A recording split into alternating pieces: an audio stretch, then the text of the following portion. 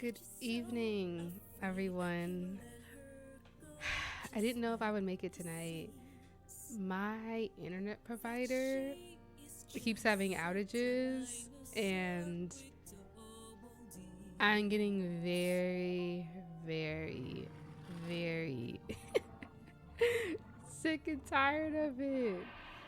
I'm gonna go on a little bit of a tangent about them, and then once I have the negativity out of my system, then we can we can start stream. But here's the thing. So obviously, I'm Simone, and I'm hosting Monster Fucker Stream Week, and this is day 3 of the stream. And I've been super excited to do this.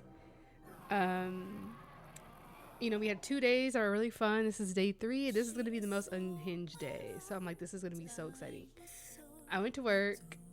It was kind of a long, like, it went by fast, but I was hangry, so I feel like it didn't go by as fast as I wanted to. And then throughout the day, I kept getting text messages. Like, I was on the way to work, and then I was at work, and I left work. I kept getting text messages about my internet service. And I'm like, are you kidding me? So yesterday's stream was late because of internet service. Today, it was looking like it was going to come back on until midnight. And then they're like, oh, it'll be on at 8. Oh, it's on now. So I was supposed to stream at 8. And I was like, I'm going to delay stream a little bit just in case it cuts back out. So if I randomly disappear, it's probably because my internet issue is not been fixed again. But here's the thing. I had a long day at work. I have insomnia. I tried to take my meds last night, so that's on me. But, I had a long day at work. And I want to come home and I want to fuck monsters.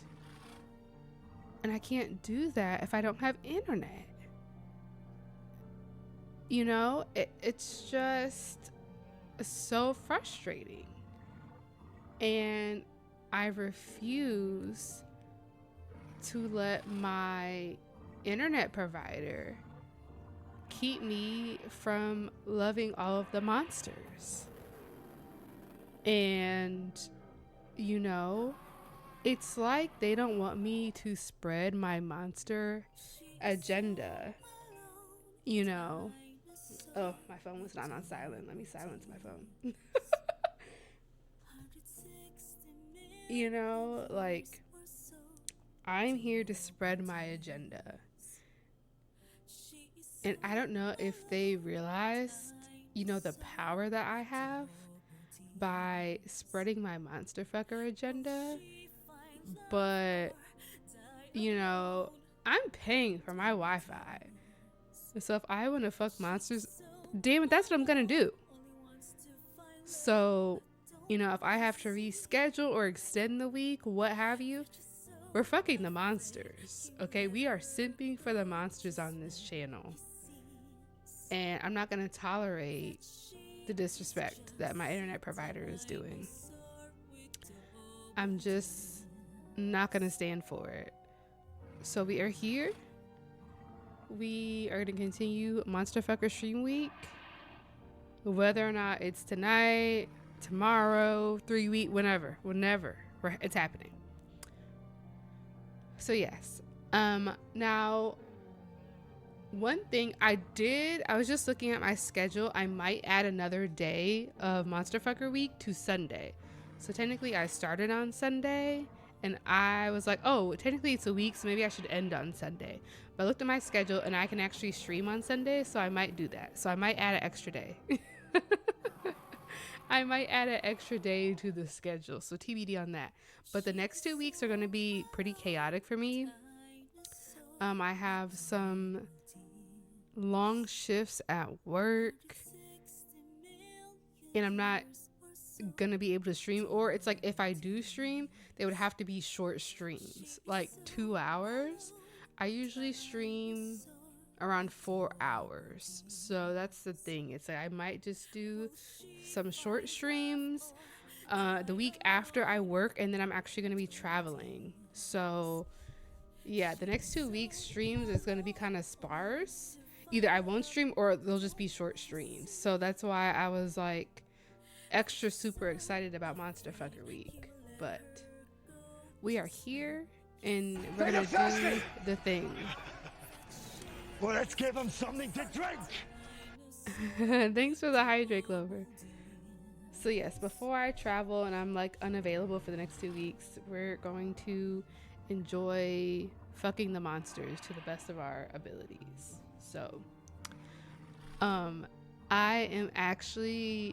been trying to hold in laughter because the song that's on this intro game is like, it's like calming music, but then when you listen to the lyrics, it's like out of pocket.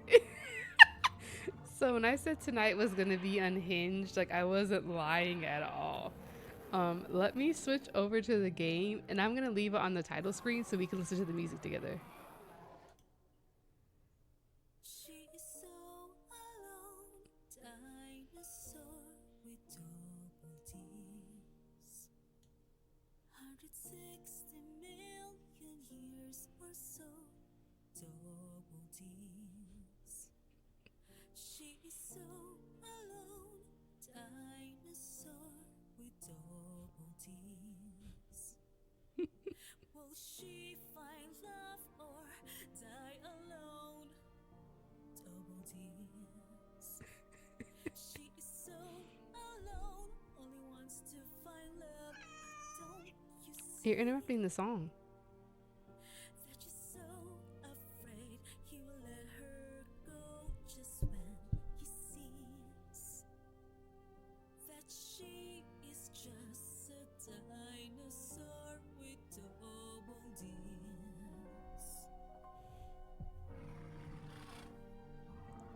D's. So yes, that is the intro song. Double D's. So I've been internally cackling at this Double D song this whole time. So yes, and then I went to the settings to take off full screen and look. Like I turned down the music and sound effects, but like they are throwing the Double D's in our face every chance they She get. is so alone, And it's funny because when I made my stream schedule, I didn't realize the title had 2 D's in it. I was like, why does it have 2 D's on Twitch? Because it actually is that way. So it's like 2 D's here, Double D's. So I have been cracking up at this. So let's. she find love or Oh, hold on. alone. Okay, I realized I was on the wrong screen. Okay, yes. So let's get into these Double D's. Sorry, I keep forgetting. I made a special overlay for Monster Fucker Stream Week, and when I switch between screens, sometimes I forget that I have a special one. So, okay, let's see.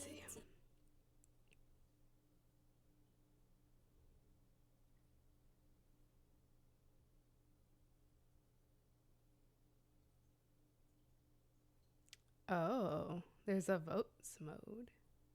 Interesting.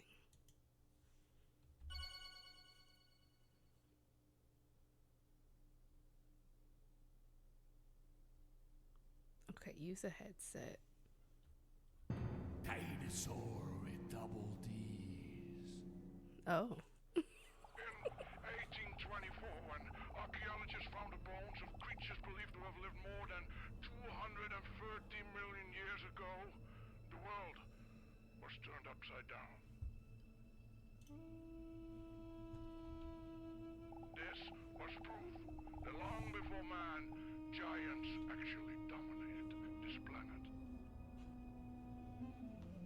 The dinosaurs. But do you know what does not have bones? No. Breasts. Oh my. Okay. Because this flubber-like substance has not been able to withstand the test of time.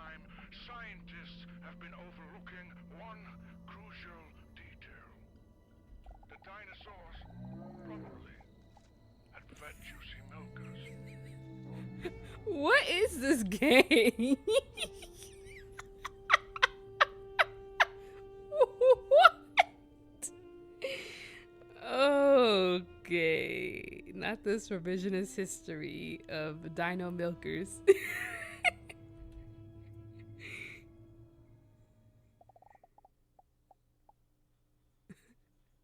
Millions of years later.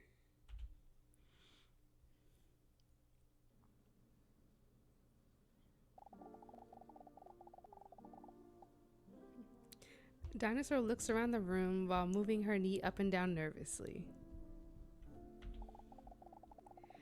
She anxiously looks around the unfamiliar room, her eyes wide open.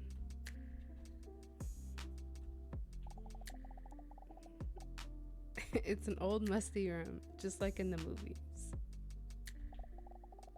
A therapy room so stereotypical that it almost seems to be a parody.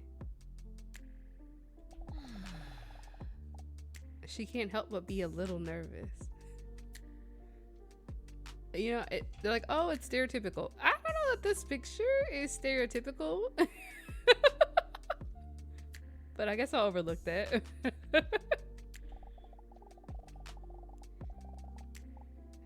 I am quite the introvert, and I'm not used to talking to others about my feelings at all. But Mr. Robson was right. It's time I start working on myself. What? She hears a mature hand confidently push down the handle of the door to the office. That must be the doctor.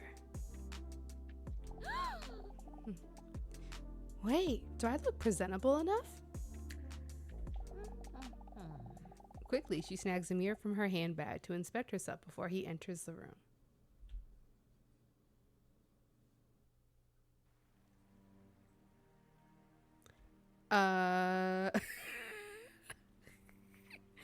We can customize the genitals. Well, what was that sound? What are these sounds?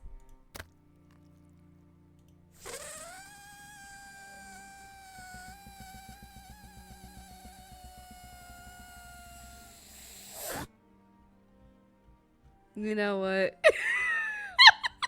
I am so concerned. What the hell are these sounds?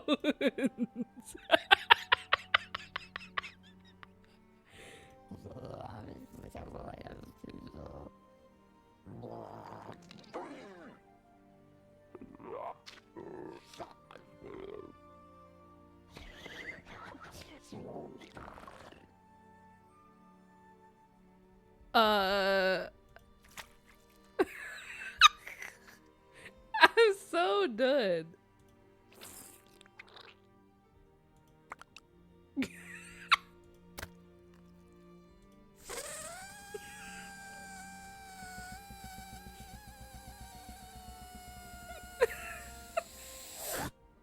Like, I'll go with this balloon sounding one. I mean, I'm so concerned about dinosaur anatomy. You know what?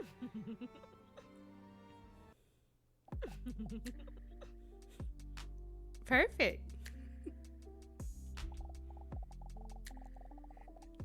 A deep, manly yet reassuring voice is heard from the entrance behind her.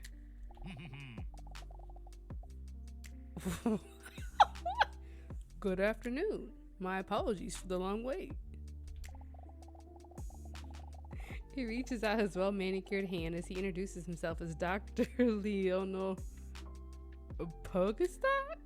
Oh, she may call him Leon.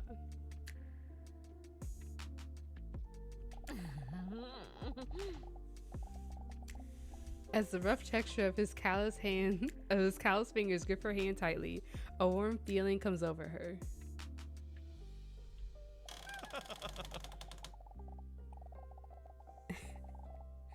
With a friendly smile, the imposing doctor takes a seat opposite of hers. The chair creaks under the weight of his massive muscular body. Wow. What a man. This music.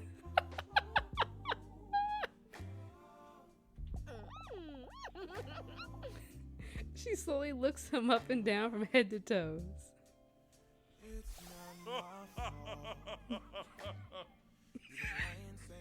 A voice like a subwoofer.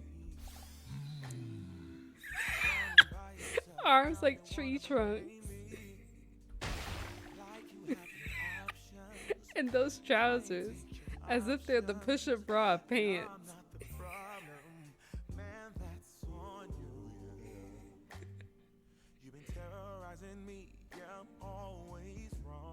This music.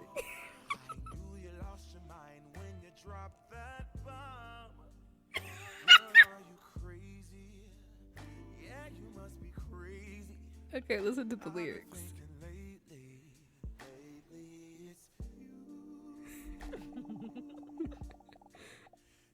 She can hardly focus on what Leon is saying while her mind wanders.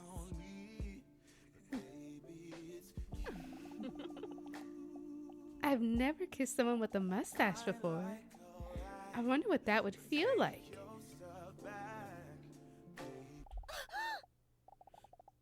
Get it together, Dinosaur. What is wrong with you? You're normally not like this.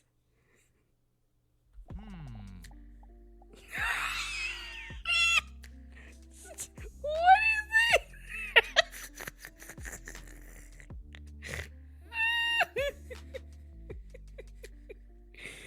Let's have a look. Let's have a look. Hey, kitty girl. Impatiently, he goes through his papers. I see that you're here because you feel a bit confused. Is this correct? What is this expression? Like, I don't know what violation this is, but everything about his appearance is like a violation of some sort. Like, do I need to call the board? Like, what is going on here? Before Dinosaur has a chance to answer, he continues. What was that laugh? Sorry, what was your name again?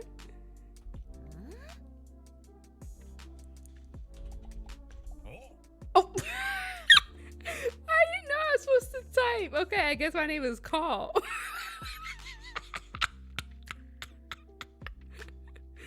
That was such a fast time. I didn't even choose the cow.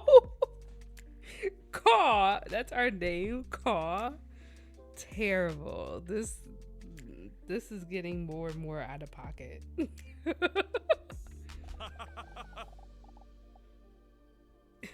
Does seem that you are a bit confused. Indeed. With a friendly smile on his face, he glances over the papers in his hand. Dinosaur notices that there is a very calming aura surrounding him. I see here that your name is Dinosaur. Is this correct? That's right. Dinosaur with double D's. Oh. Not the lip bite. Nice. I must admit, I am quite nervous. There is no need to be nervous. This is just an initial interview to get to know each other a little bit. Because the more I know you, the easier it will be for me to help you. That is why we are going to do an introduction test first. So that, if you turn out to be dumb, I know I should talk to you in a condescending tone in the future. Stop. This is so wild. Not to worry, there are no right or wrong answers in this initial interview. Are you ready? I'm as ready as I'll ever be, I guess. Dinosaur is a little nervous, but not determined towards Leon. All right, time for the first question. In a few words, how would you describe yourself? Is this timed? Let's go. Of course, my cat is in the way. Can you watch out? Come on. Kitty girl. Watch out. Okay, let's go with... We definitely seem anxious, so let's say anxious. Why did he boo us? Boo!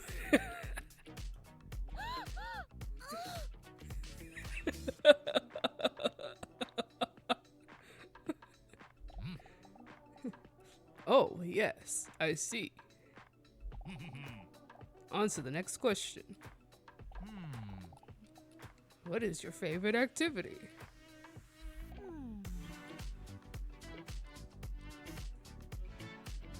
Somersaulting is so random. Let's say dancing.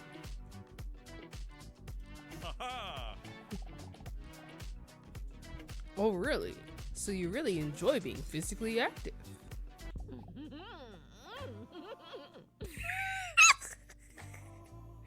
This music again.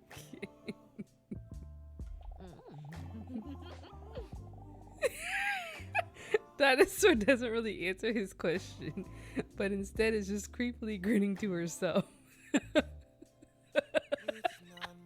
Not creepily grinning.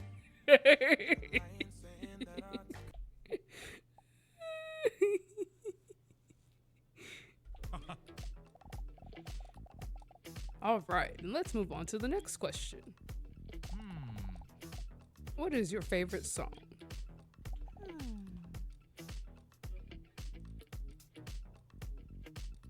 A hole again. Okay, I'm gonna go Tony Braxton here. Oh. Really? Call me pathetic, but I can't listen to the song without getting choked up either. Cute. Next question. Oh, hi, Terry. Thanks for the lurk. I forgot I don't have my daily redeems turned on.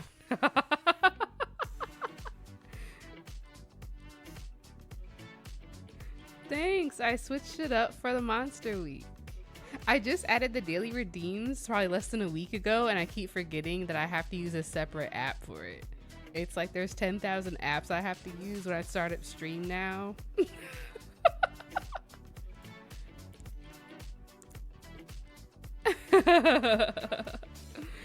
Yes. Next question. What is your favorite snack?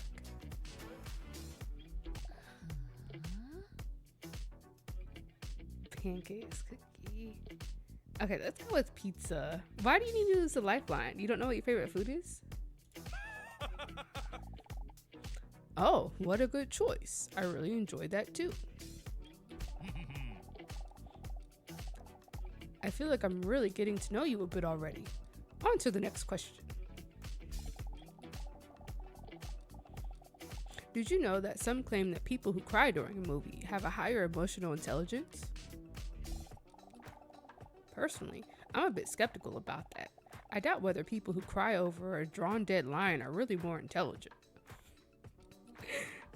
Is this a Lion King reference? Ouch. What is your favorite movie? We'll go with Harry Potter.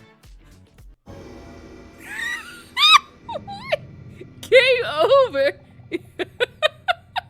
Your opinion is wrong. like Harry Potter and I get a game over? Damn. He just said there's no right or wrong answers. How are you telling me game over? What the hell? Hold on. Okay, let me put on my warm coat. Or my warm sweater. That just pissed me off. Too bad. That's the wrong answer. Wait, I thought you said there were no right or wrong answers. Why do I have to do it again? What do you mean? Would you like to try it again? I really don't. I'll do it again, but I really don't want to. Okay. We'll go Lord of the Rings, I guess. Wow. That's wild. Wow, what good taste you have.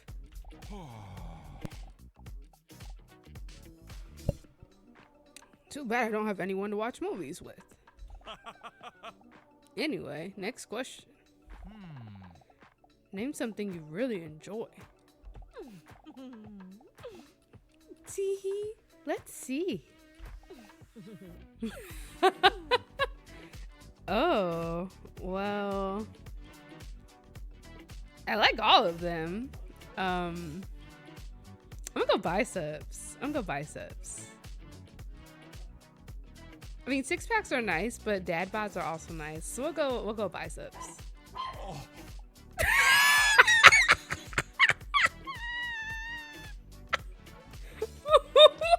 Not the lip bite again. Lord.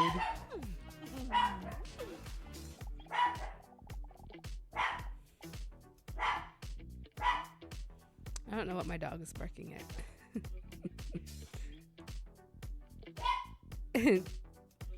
See here? This was the easiest question yet. Dinosaur thinks that she sneaks a peek at his biceps. Whoa, that wasn't too bad, was it? It actually was, because I said Harry Potter and I failed. So it was bad. Yes, it was. Dinosaur is feeling relieved. Although she was a bit reluctant to open up like this, it wasn't all that bad. Oh, by the way, I almost forgot. What is your favorite dinosaur?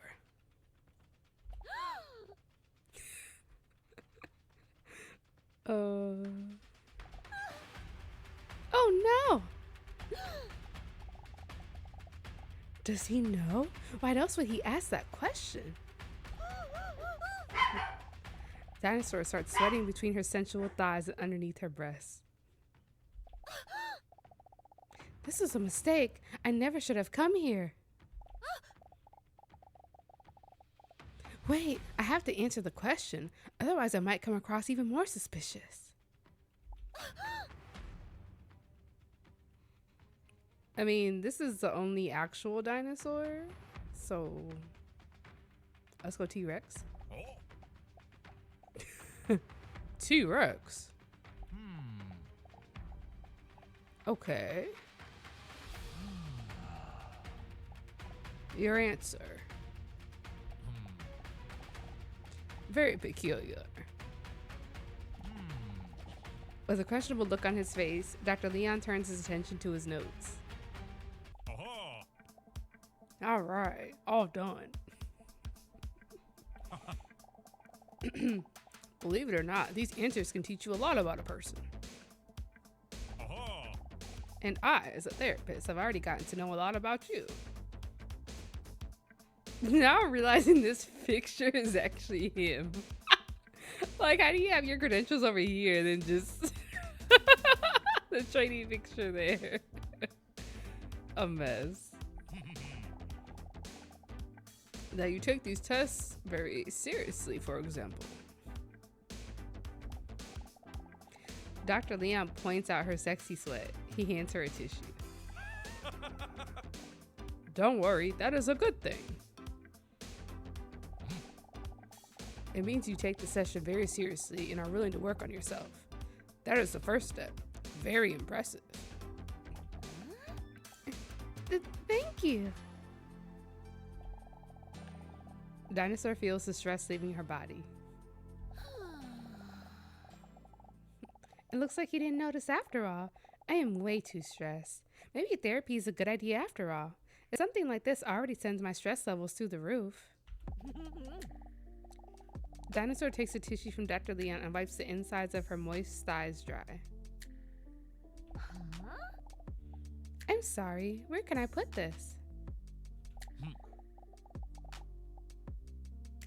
Don't worry about it. You can just give that to me.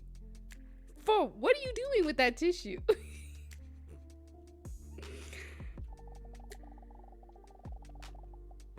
What the fuck? Revoke his credentials immediately. Like, get this man out of here. Carefully, he grabs the dampened tissue and stores it in his cheek like a hamster. Looks like you've had enough for today. I would suggest making a new appointment for next week so we can really get into it. All right, that sounds good, Doctor. Please, call me Leon. I will, Lion. She just got the name wrong. Okay, week 1 bedroom. Let's see.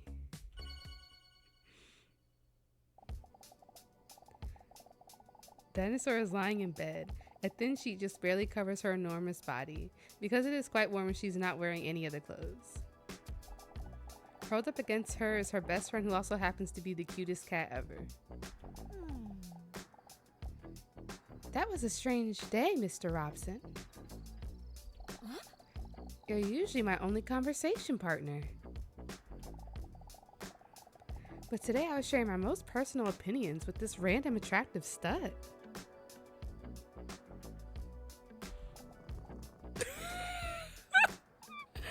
Why does the cat look like this? The feet. Oh my god. Okay, let's get into these pictures. This is the asteroid, the cat. The fact that this cat is white and orange, it just reminds me of my cat. And this is just making it 10 times funnier.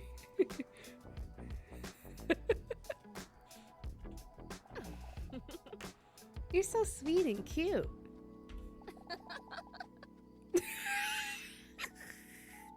What the fuck? She tickles his cute little cat feet. What? What is going on?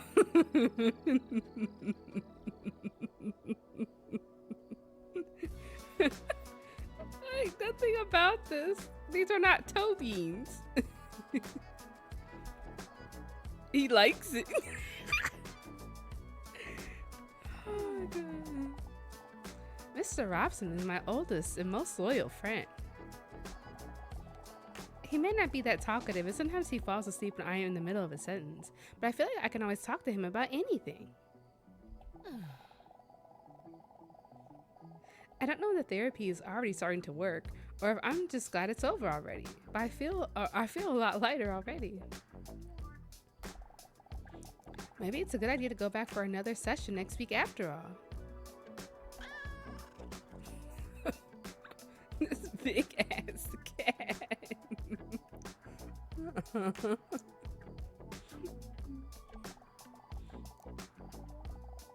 I must say, it was quite a shock when Dr. Leon sprung that dinosaur question on me.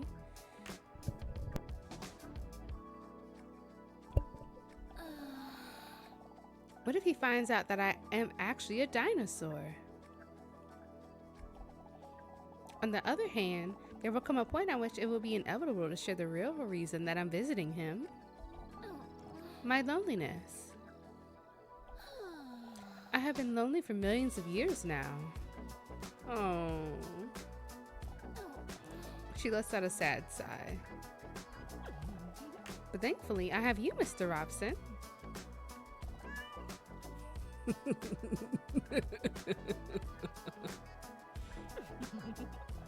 Tee-hee.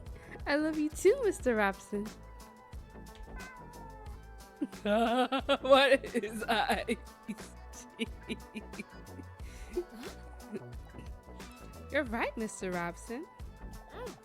Nobody can truly love me if I don't love myself.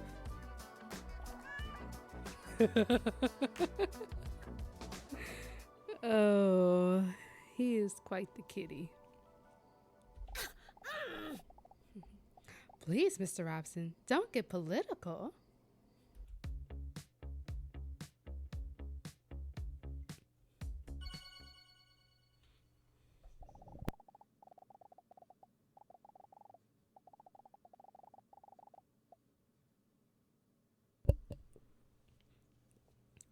A week has gone by already when Dinosaur finds herself in Dr. Leon's waiting room again. She can feel her sexually attractive belly rumble with nerves. Do I really know for sure that I want to go through with this? It all feels so vulnerable. She arrived early so she doesn't feel like she has to go in right away. But despite her hesitation, the clock on the wall seems to be ticking faster and louder than usual. Maybe I'm making a mistake by coming here. Then Dinosaur notices the overly attractive man that is sitting just a few seats away from her. From the corner of her eye, Dinosaur sneaks a peek his way. When she sees him, she can barely believe he's real. A jawline that seems to have been chiseled by a sculptor. A hairline that could break off a hedge trimmer. And that body. Wow, as if his place of birth is a dreamland. It's like he stepped straight out of a Ken box. But then instead, with the essential part that is missing from an actual Ken doll. Toes! I was not expecting toes. Is there gonna be more foot fetish stuff going on? He doesn't even seem to notice me. He must think I'm a monster. I mean... He is wiping what seems to be cat hairs from his shirt while he's unintelligibly muttering to himself. Then Dinosaur does something that even surprises her. She musters up some courage and actually decides to speak to him. A cat owner, I see. Why does he just have a nipple out? Like, what is this ripped shirt? Or what is this hanging on by?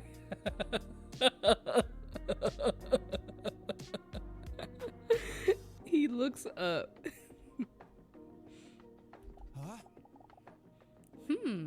Oh, these hairs. Now the shirt is connected. Like, what's going on? No, it's just that I can't stop strangling cats. That's the reason why I'm meeting with Dr. Leon. A cat strangler? Oh, gosh.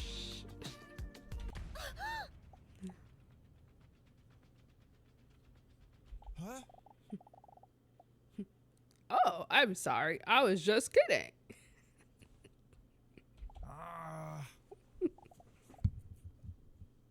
I know. Not funny.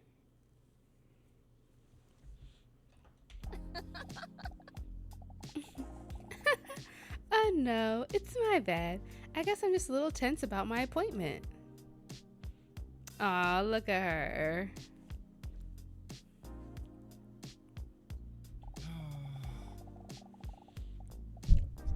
Well, you wouldn't be the first person who doesn't understand me.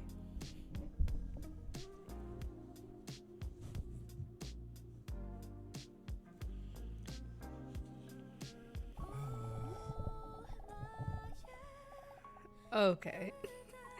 He then stares at the sky for about 2 to 3 seconds with an emotional look on his face. Very sad. But yeah, anyway, I actually got this free fur coat.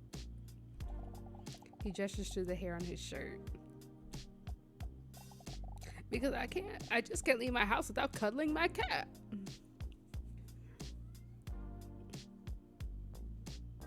Not my cat chirping when I said that.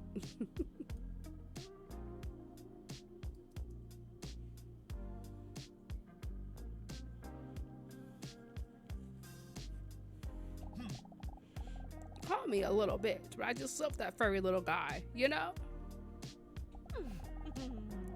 Well, I find it very endearing. Dinosaur is taken aback by how easy it is for her to talk to this attractive stranger. It's normally never this easy for me. She looks around in her purse. It must be here somewhere. Here it is.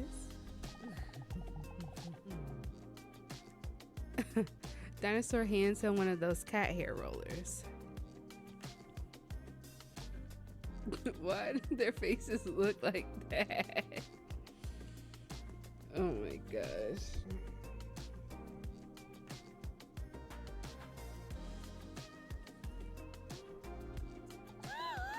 His sexy fingertip accidentally touches Dinosaur's hand lightly.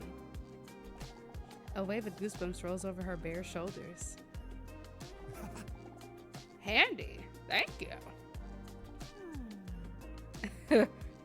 Nonchalant. Accidentally growled. Let's do the nonchalant. He stares, brushing his tight shirt. Oh, he starts brushing his tight shirt. While holding his shirt up to brush it, Dinosaur catches a glimpse of his shiny six-pack.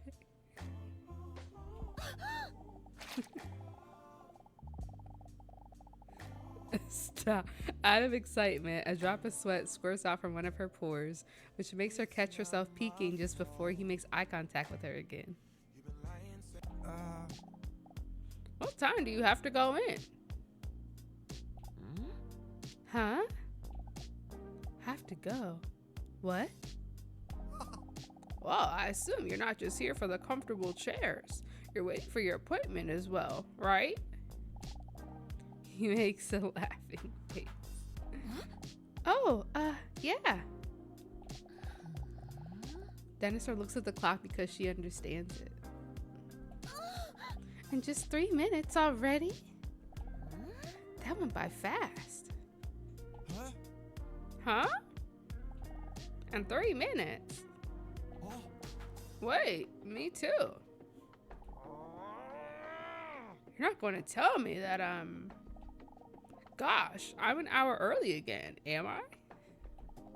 That sucks hard. If your appointment's at 11 o'clock, then yes. Wait, what did I just, this clock looks hand-drawn. Why did I not notice that before?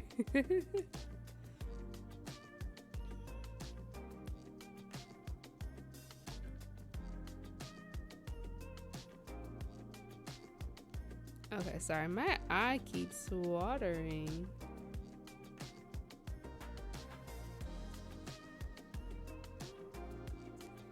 Okay. Well, then I still have plenty of time to be ashamed. Dinosaur accidentally lets out a giggle. With a friendly nod, he reaches out to give back the cat hair roller. What do I do? Take it? I can't even leave the house without this thing. Otherwise, people would think I'm a mammoth. That's how much hair loss Mr. Robson has.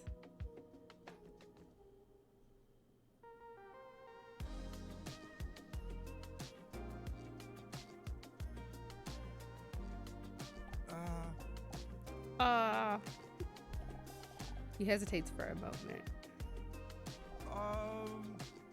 Is Mr. Robson your husband? Huh? Wait a second. Is he trying to gauge whether I'm single? Or is he really just not funny?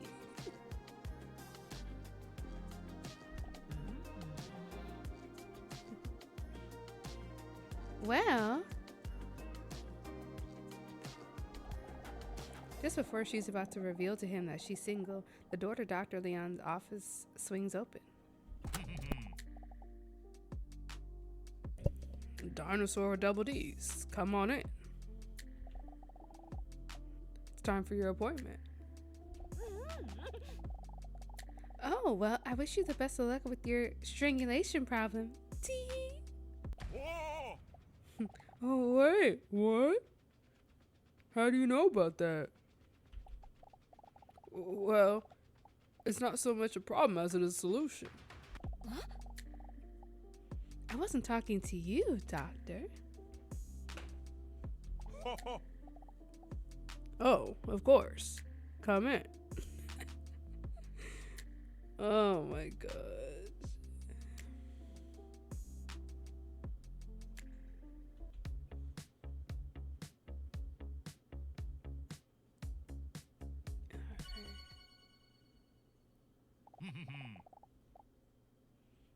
Welcome. Please take a seat. Dr. Leon gestures to a chair that clearly has a whoopee cushion in it. Huh? Wow.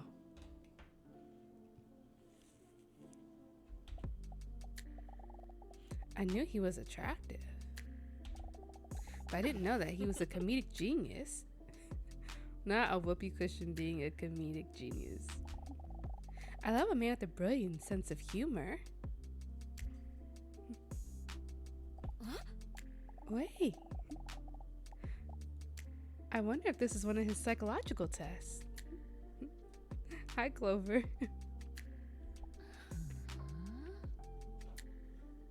Well, she thinks this is hilarious, so we're gonna sit down. Dinosaur sits down. A hilarious sound fills up the room. Are you happy now?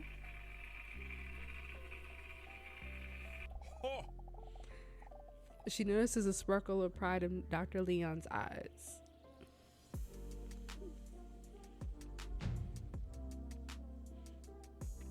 Leon's sneak increased to 100.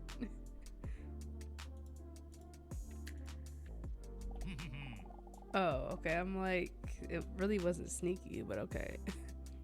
Good. How are you doing this week?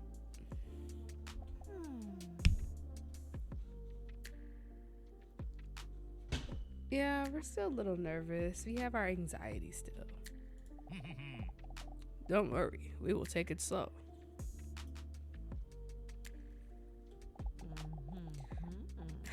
Leon's warm voice alone calls Dinosaur a bit. After all, coming here is a big step already. So be proud of yourself that you're choosing to work on yourself. So be proud of yourself that you're choosing to work on yourself. I was like, did he say yourself twice? Dinosaur appreciates his understanding. And that he leaves some of the buttons of his shirt open.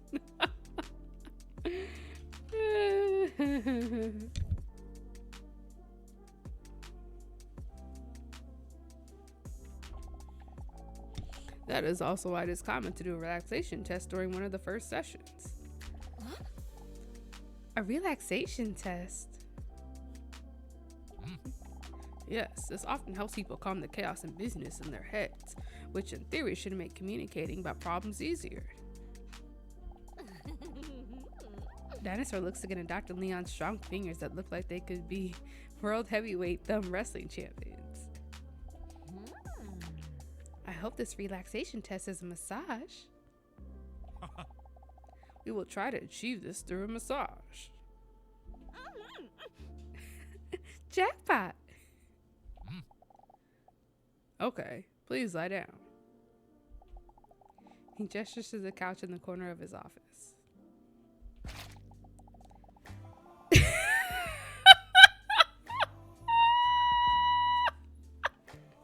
What is this?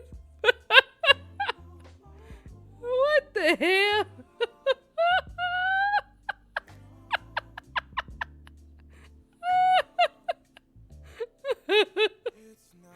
I can't.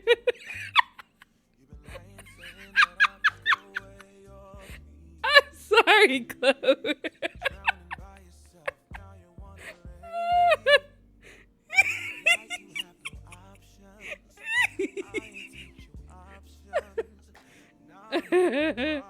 I mean, it is Monster Trucker Week. Oh my god. We're here for the plot.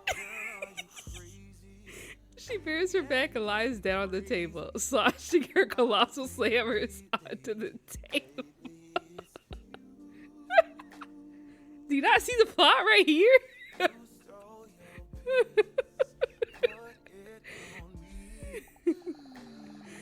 When she carefully rests her head on her arm, she feels her heartbeat vibrating through her bosom into the leather sofa.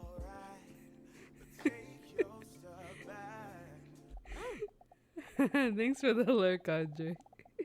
Calm down, Dinosaur. I know I've been lonely for millions of years, but he's just doing his job. He can't help being a man god either. Are you comfortable and ready? We'll play it cool. Because we have not been playing it cool at all. Dinosaur tries not to sound too enthusiastic. Is the sky blue? You simpleton. Okay. Okay, now close your eyes and try to relax. Breathe in and breathe out. When Leon presses his manly palms on Dinosaur's scaly shoulder blades, waves of goosebumps roll over her entire exposed body. Now try to calmly get all your feelings in line. Do this by pressing spacebar at the right time when the emotion blocks are floating above the pillar. Keep the tower as straight as possible to keep your emotions balanced. Uh-oh, this involves skill. Okay. What? The space what? Shh.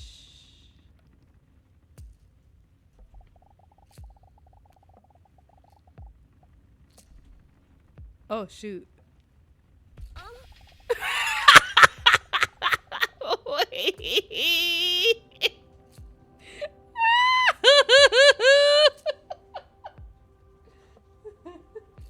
When Leon's rough fingertips gently touch her shoulders, she accidentally lets out a sensual moan. Hey, what is this hand in the background? What are these visuals? Oh my god. I am too tired for this.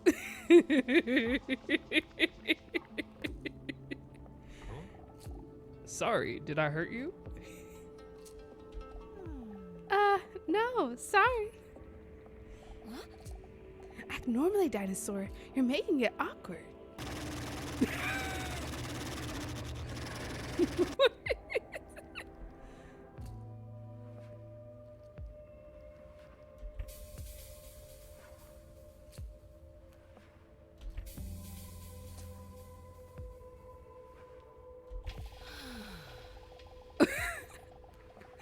When Leon's warm, moist hands apply light pressure to her attractive shoulder blades, Dinosaur feels like she's being wrapped in a blanket of peace and quiet.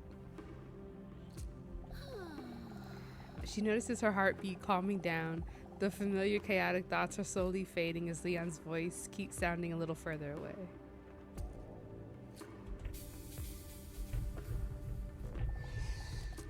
Breathe in. And breathe out.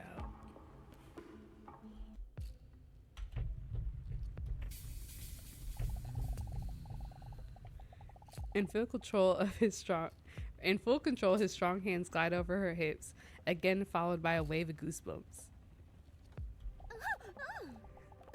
Dinosaur's eyes almost disappear into the back of her head as she's overwhelmed by the ecstasy of relaxation. Of course he's professional, but she's still surprised at how comfortable she feels with Leon.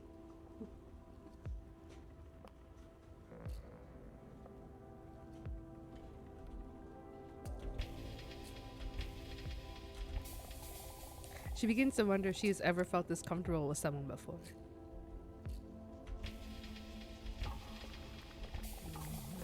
She finds it hard to stop her mind from wandering with Leon's powerful hands near her amphibious legs.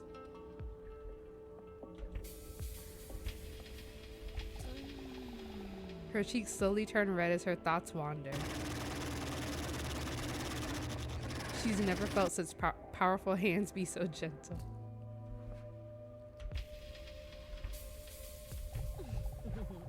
She bites her lower lip as she notices that his hands, smeared with massage slime, are getting closer to her tail. She lets out another moan. Are you okay? Don't stop.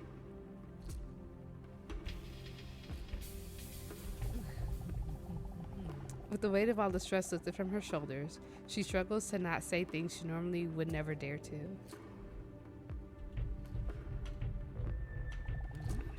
She knows it's daring, but Dinosaur is considering asking Leon to massage her inner thighs.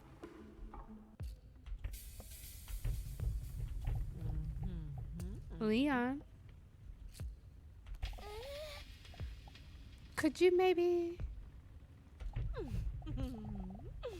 move your hands? Oh shoot. To my thighs.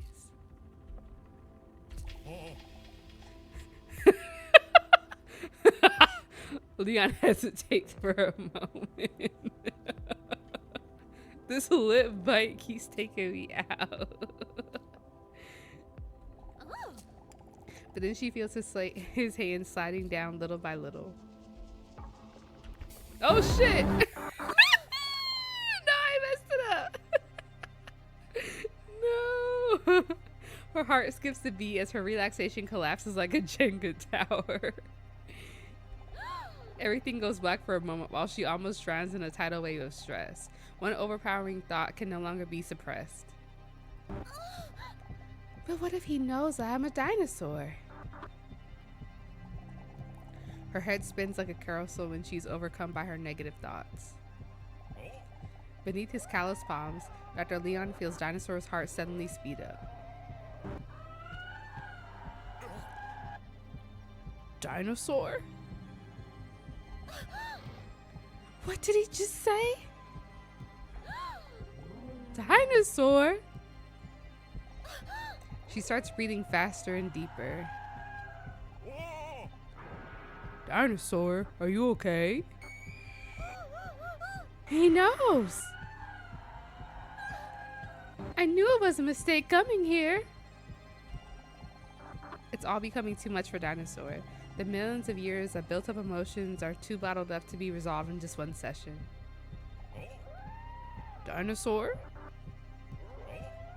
Listen to me. Stay calm. His deep, soothing voice almost immediately calms down the whirlwind of thoughts in her head. Breathe in. And breathe out. It's hard for Dinosaur not to calm down around Dr. Leon. His calm presence makes her feel like she has known him for a lifetime.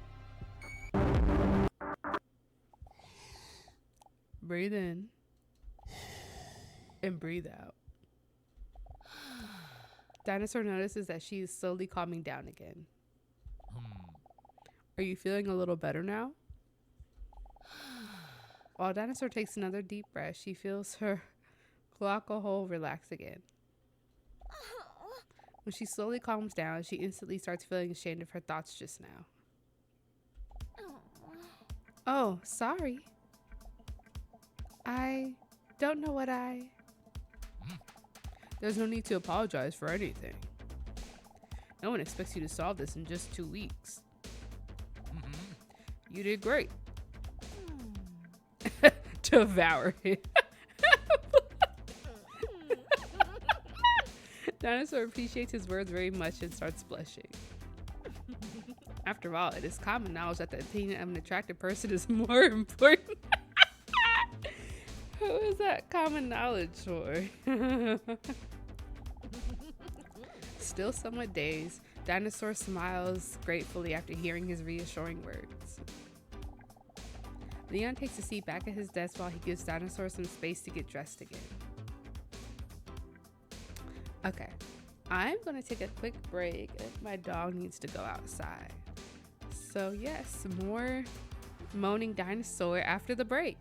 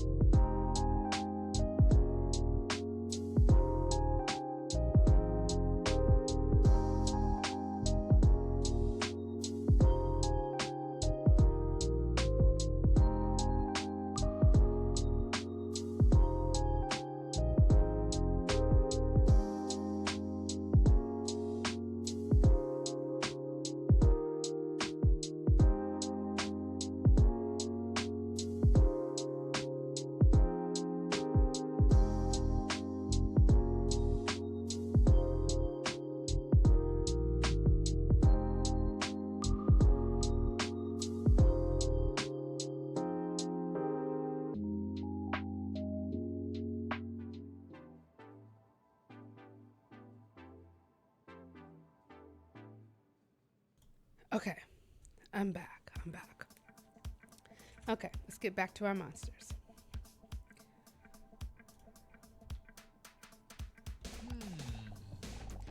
This was an intense session, so I think we did more than enough for today.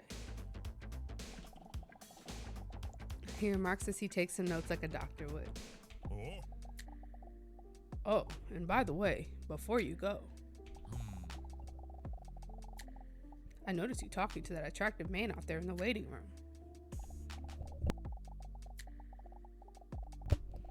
And while I'm not allowed to share anything personal about him due to doctor-patient confidentiality, I still would like to advise you to be cautious when talking to him.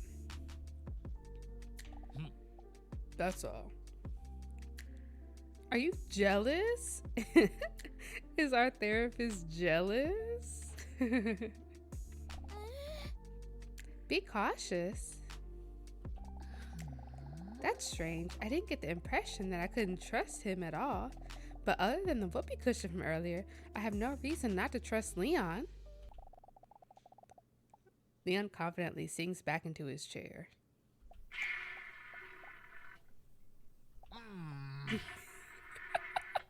Fuck.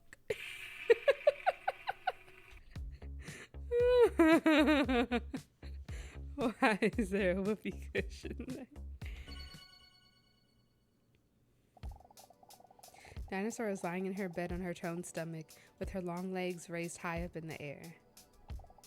Her toes curls Mr. Robson, who is snuggling sweetly against her, gently kneads her with his little paws. Another intense day. Who would have thought that getting a massage could be so tiring? I'm a bit ashamed, though, of how I acted with Leon today. What in the world possessed me? Mr. Robson lies down on his back. It's his way to tell Dinosaur to stroke his chubby belly. A lot of cats don't like their belly rubbed, so this means he must really trust me. It's so cute.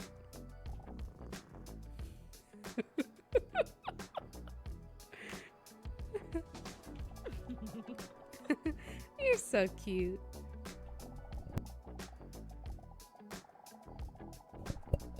As Dinosaur slowly runs her nails over Mr. Robson's belly, she can't help but think back to that man in the waiting room. I can't help but think back to the man I met in the waiting room, Robson. It made me feel something in my gut that I haven't felt since the Jurassic, the second and middle period of the Mesozoic era.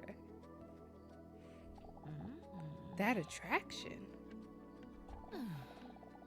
But still, I keep thinking about what Dr. Leon said about him. Be cautious? Why would he say that? Oh well, it doesn't matter. I'll probably never speak to the mysterious hot male again anyway. Well, I for sure won't stop if I stop going to the therapy sessions. I just don't know if it really suits me, you know? I mean, what's the end goal? I'll never be able to tell Dr. Leon that I'm a real dinosaur, or colloquially, large reptile from the subclass Diopsida? I don't know if I'm saying that right. And the infraclass Archosauromorpha anyway.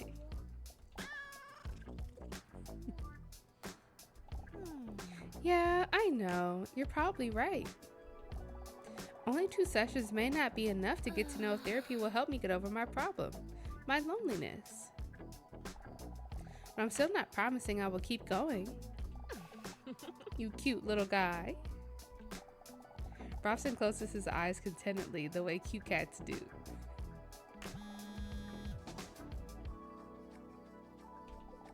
Her phone vibrates next to her on the bedside table. What the? Mr. Robson, who was just beginning to drift off to sleep, jolts up for a moment and then slowly closes his eyes again. Cute. What is this? A message from an unknown number appears on the screen. Hey, is this you? Huh? I have no idea who this could be. This must be a wrong number. The last time I gave out my number must have been the time a guy stopped me on the street about charities. but only because I didn't want to say no, because otherwise the word charity would make me feel like a bad person. But that must have been half a year ago or so. How should I respond to the message?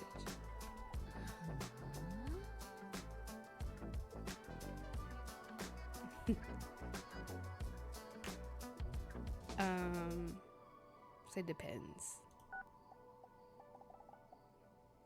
Message sent.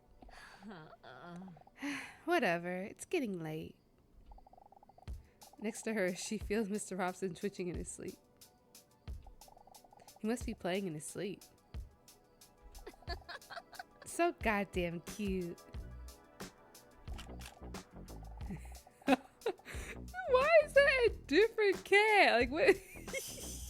This game is so silly. She takes a photo of Mr. Robson before putting her phone away. But then her phone vibrates again.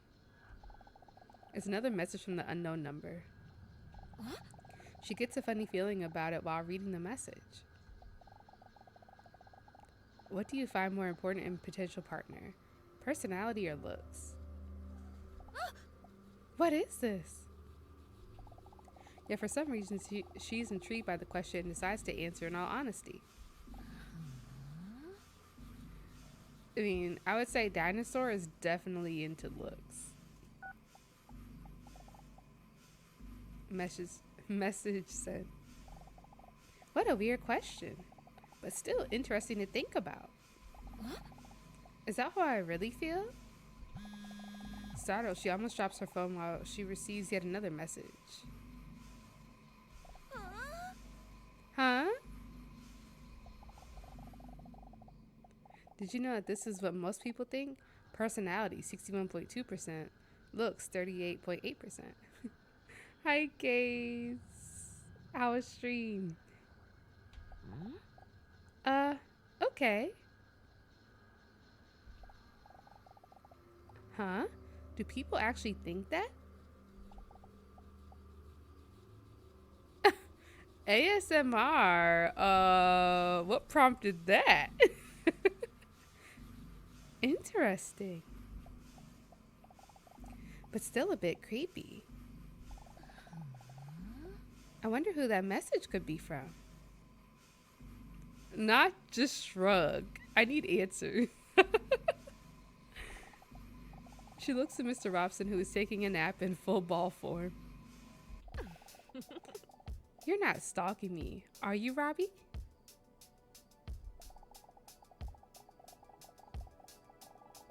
Yay! You didn't get a reverse card. Not the fool. He doesn't respond to her because he has no interest in the subject, but he is still cute because he looks adorable. Yeah, good plan. I should go to sleep too. It's already getting late. When she lies down on her side, her breasts slap together. Startled but with a tired look on his face, Mr. Robson looks up.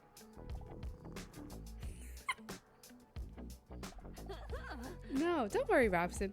It was just my gargantuan bosom. Just go back to sleep.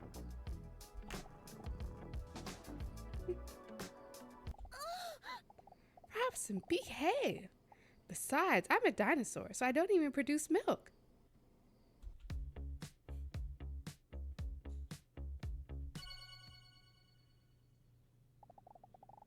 Another week has flown by already. Dinosaur is sitting in the waiting room again anxiously, waiting until Dr. Leon calls her in. She looks at the clock. It's almost time. I'm curious what this week's test will be. For a moment, she thinks about the possibilities of today's test.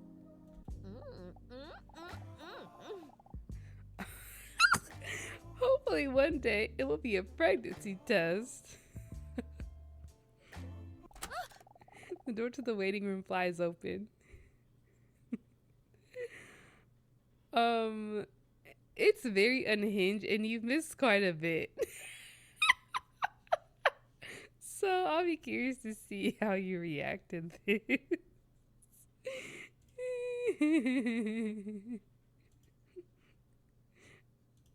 No, she hasn't been knocked up.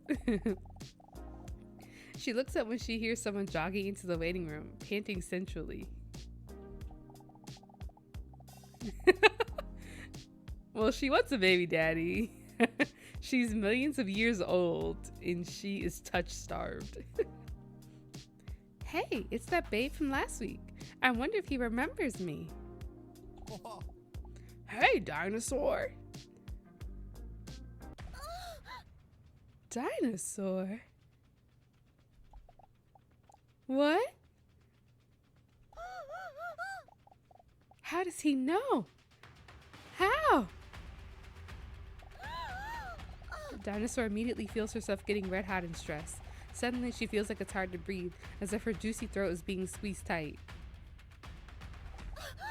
What?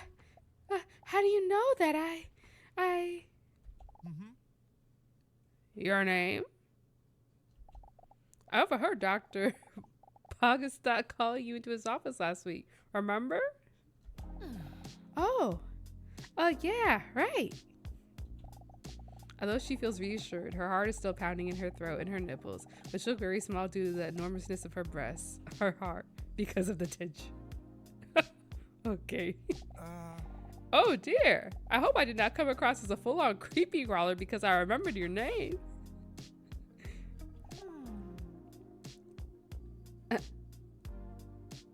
I'll say don't worry about it.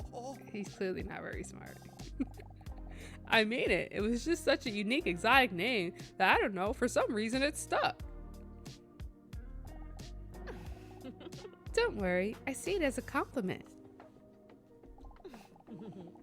I'm glad, as long as he doesn't know my secret. Wait. You're not going to tell me your appointment is in 5 minutes, are you? Yes it is. You must be kidding me. Am I too early again? I really need to change my clock to daylight saving time. At least then I won't have to be bored in the next 5 minutes. You underestimate just how boring I can be. Did I really just say that? Why do I feel so comfortable with him? Normally I don't talk to people that easily at all. And especially not with someone as attractive as him. I bet his scrotum is huge. Not the scrotum.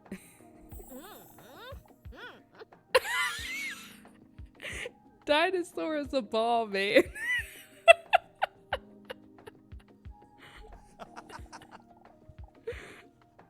Well, challenge not to get bored, accepted. I'm sorry, I'm so wet, by the way. The man gestures to his toned body drenched in sweat. It looks like he just worked out. I'm normally really not this moist. Inhale his scent. Let's inhale the scent.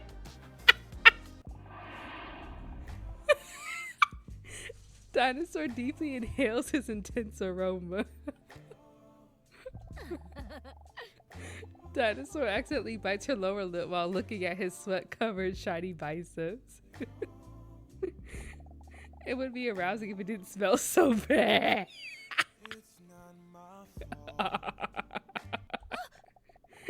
She gets startled when she sees her own reflection staring back at her in his sweat. Get a hold of yourself, Dinosaur. I just came back from an intense day of dancing. Oh, really? Dancing? I really like that too. Are you serious? Awesome. Yeah, I really like to challenge myself. But I couldn't really concentrate today because the whole time I had the song Unbreak My Heart, Tony Braxton stuck in my head. Oh, and not him using our test answers in convo. Does he have the same personality as us, or did he look at our answers? You might have heard of it. Yeah, I actually love that song too. Wait, he's a cat lover, loves dancing, and he loves music that is made solely for the purpose of being liked too? I must be dreaming. It's a beautiful song, isn't it? But tonight I'm going to take it easy. First I'll take a nice shower, and then I'm going to just sit on the couch to watch my favorite movie. Extra large cheese pizza. That is not our favorite movie. He definitely looked at our file. What the hell?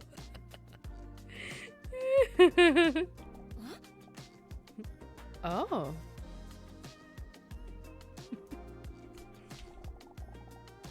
I don't think I know that one. Well, we can't literally like all the same things, and it would just be scary how much we would be on the same page. The nervousness that Dinosaur felt in her abdomen earlier has completely disappeared. Her nipples are still rock hard, by the way. He's not my husband, you know. Huh? Mr. Robson? I knew what you were talking about. I just wanted to come across whatever. It's my cat. He's very cute and sweet. What's your cat's name? Relaxer. What? I love that little guy, you know? Oh. Honestly, I just know what I would do without him. I know what you mean. With a charming smile that could hypnotize her, the man smiles gratefully. Then their conversation is suddenly interrupted by the door to Dr. Leon's office swinging open. Aha. Dinosaur with double D's. Please come in. Okay. Dinosaur stands up. Due to the laws of gravity, different parts of her body gracefully jiggle. Oh, before I go, what is your name anyway? Huh? Dr. Leon. Are you dumb or something? Anyway, come in and we will start a memory test. Oh my gosh, this doctor.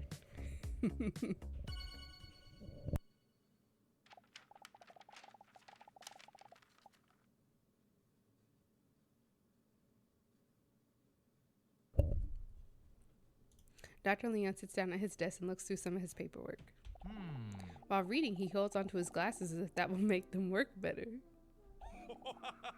Please, take a seat. We're gonna keep standing because it's probably another whoopee cushion. Weird. How are you doing this week? We're still a bit nervous. I'm not sure if this whole therapy thing is something for me, but I must admit that I'm starting to notice that I'm feeling a lot better lately. And it's all thanks to you. Oh. I appreciate you saying that, but you are doing all the heavy lifting. Dinosaur looks away shyly.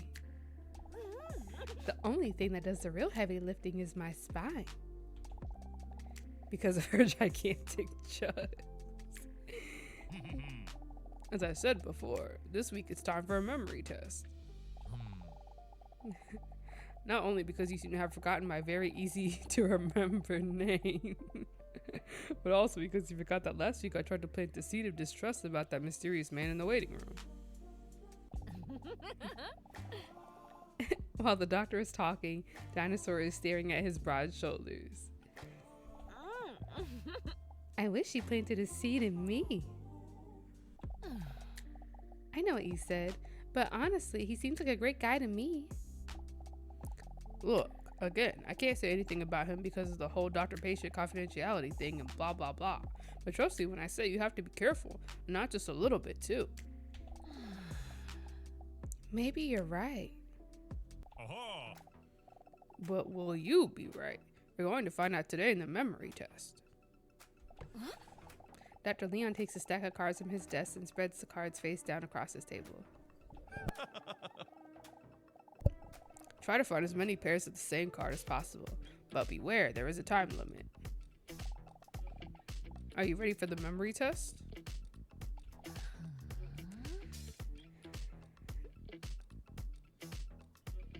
Oh, definitely vulnerable. It's the last time he failed his test. Don't be afraid. Dumb people rarely realize that they are stupid. Wow, it makes me feel great. All right, here we go.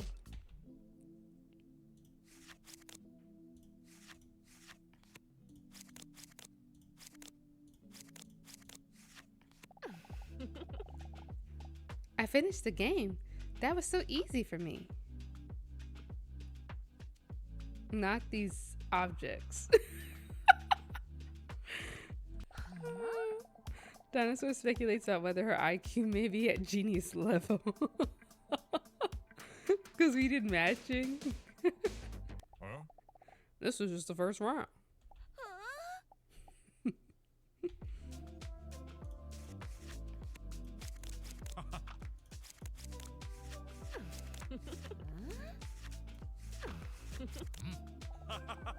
Nice. Are you starting to understand the game? Yes, I think so. But there are still some duplicate cards in the game. Oh.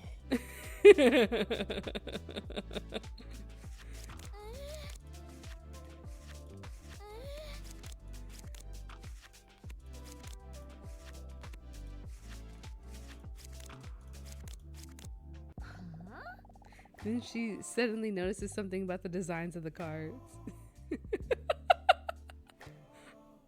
Like, why are there tomatoes and a banana?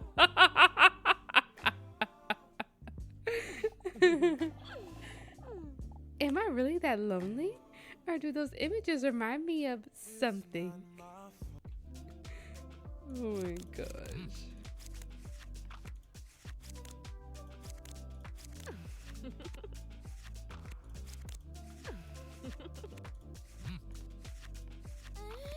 And not the peach with I can't. Oh, oh. Leon sees Dinosaur blushing while looking at his cards. He proudly nods. Do you like them? I've made them myself. Not the lip bite. Yeah. They kind of remind me of fruit. Yeah, I'm a real foodie. That's why. Bro.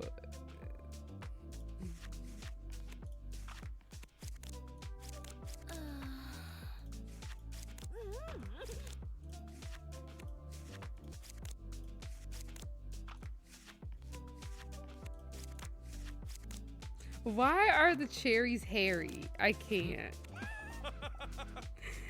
You're doing great. Dinosaur is staring at the cards as if they are a prey while her heart rate increases. Keep it up.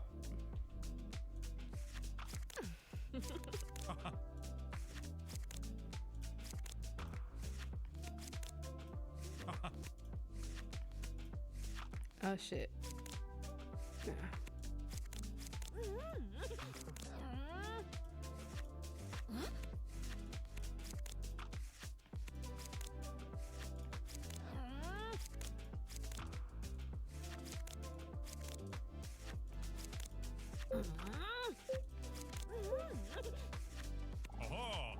You're a natural talent.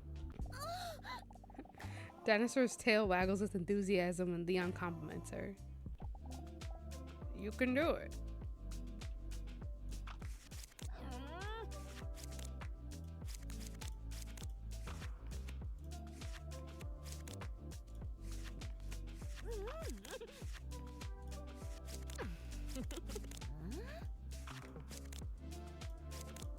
Oh shit.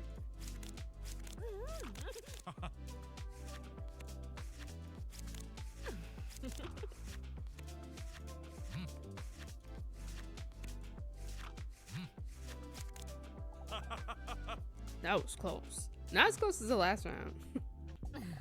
The adrenaline rush from the revealing images has made Dinosaur sweaty hot. She looks up at Leon and hesitates for a moment.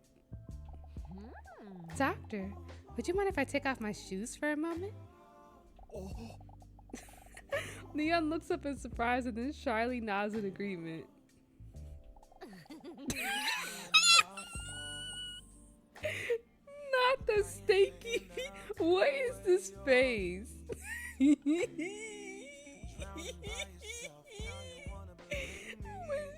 her shoes slip off her heels, the set of her prestigious feet fills the room. Imagine the smell.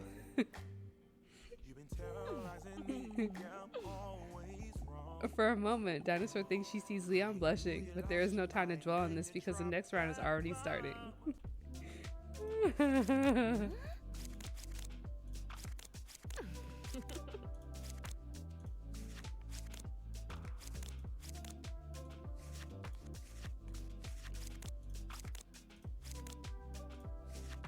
Oh shit.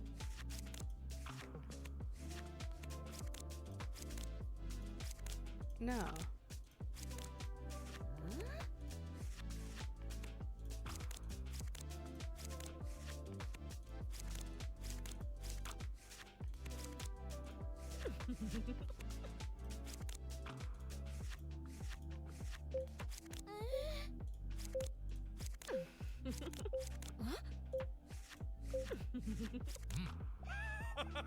Wow, beautiful. Wait, what did he just call me? Adrenaline is rushing through Dinosaur's voluptuous body while she is fighting instinct, roar, and excitement. She looks at the cards with a picture of above average moist fruit and then back at Leon while licking her lipless mouth seductively. Leon proceeds to undo some extra buttons on his shirt due to the enthusiasm heat in the room. Keep going.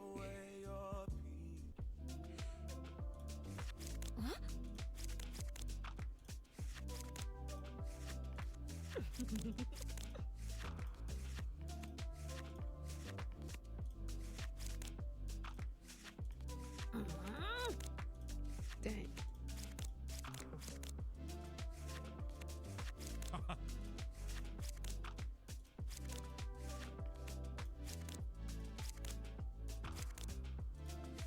Where is that?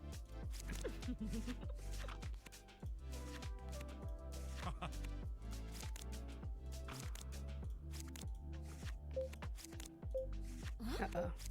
I'm not gonna make it. No. Ah, too bad. Leon closely studies the notes on his paperwork. You've made it through 8 rounds. Wow, a world record. Leon is perplexed. I'm really impressed with you. Not just the looks, but smart as well. He stammers for a moment. Oh, my apologies. That wasn't very professional. I don't know what came over me. Nothing about you is professional, Leon. Nothing at all is professional. Nothing. Dinosaur giggles. He probably says that to everyone who is attractive and intelligent.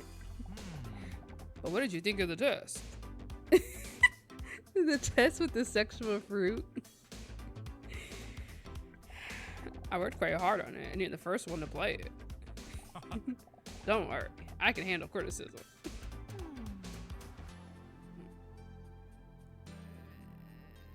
Yeah, I did see a bit familiar. Okay. He kicked us out of his office. Oh my gosh. Dinosaur is lying in bed with Mr. Robson snuggled warmly against her. He tries to wash her feet by licking them. Not her stinky feet. Mr. Robson, stop. I just took a naked shower already. What a day, huh? Did Dr. Leon really accidentally tell me he finds me attractive? I've never seen him lose his composure like this before. It kind of made him adorable. I can't deny that it made me feel good, especially since it came from someone with such impressive traps. The trapezius muscle, or Monkshood muscle, is the diamond-shaped muscle at the top of the back in human anatomy. I was kind of shocked when that mysterious sexy man just called out of my name. Do you think he noticed I reacted so tensely to it? Sometimes I think it might just be easier if people knew that I'm actually a dinosaur that emerged about 230 million years ago in the Triassic as a split within the broader group of dinosaur forms. I'm afraid that people will not accept me. Maybe he or Leon would understand. They seem like such warm people to me. Or maybe they'll never talk to me again. Mr. Robson is licking his salty anus with great precision. Why do we have to know it's salty? Dinosaur lets out a giggle at the sight. Robson always puts a smile on her face, even during moments like these when she feels insecure and anxious. He was there for me from the first moment I met him. It's been years now, but I still remember it as if it was yesterday. Dinosaur looks up, trying to activate a flashback. I still remember him lying there in that wet bag. It was a rainy night when Dinosaur was sobbing on her way home from a bad date. When she suddenly heard a strange noise coming from the alley. Was that a cat? She could barely hear the sound above the sound of the rain splashing on the street. But even when she thinks back to that moment, she can still hear that desperate cry. A few final breaths, desperately trying to squeeze a hopeless sound out of an exhausted set of lungs. From the bottom of the dumpster. When she opened the dumpster and carefully moved some bags, the faint sound became a little louder. Then she saw the bag. The bag that Mr. Robson was in. A bag with just enough accidental air holes to barely keep him alive. When she opened the bag, she saw him, curled up, shivering from the cold. So thin and starved that it really made his six-pack pop.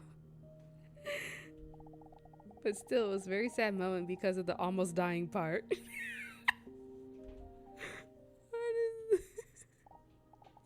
Mr. Robson had a tough life. When Mr. Robson was just a cute little kitten, he was used as a model cat. Day in and day out, he was placed under blazing hot studio lights so that his owners could take pictures for things like memes, social media, greeting cards, and similar things in that vein. They only gave him just enough food so that he wouldn't act up and stay calm, while they put him in awkward positions and funny outfits in front of the camera. But Robson didn't know any better. He gladly did it for his owners. He looked so sad. Even under the hot lights, he cherished those moments because these were the only moments his owners really paid attention to him.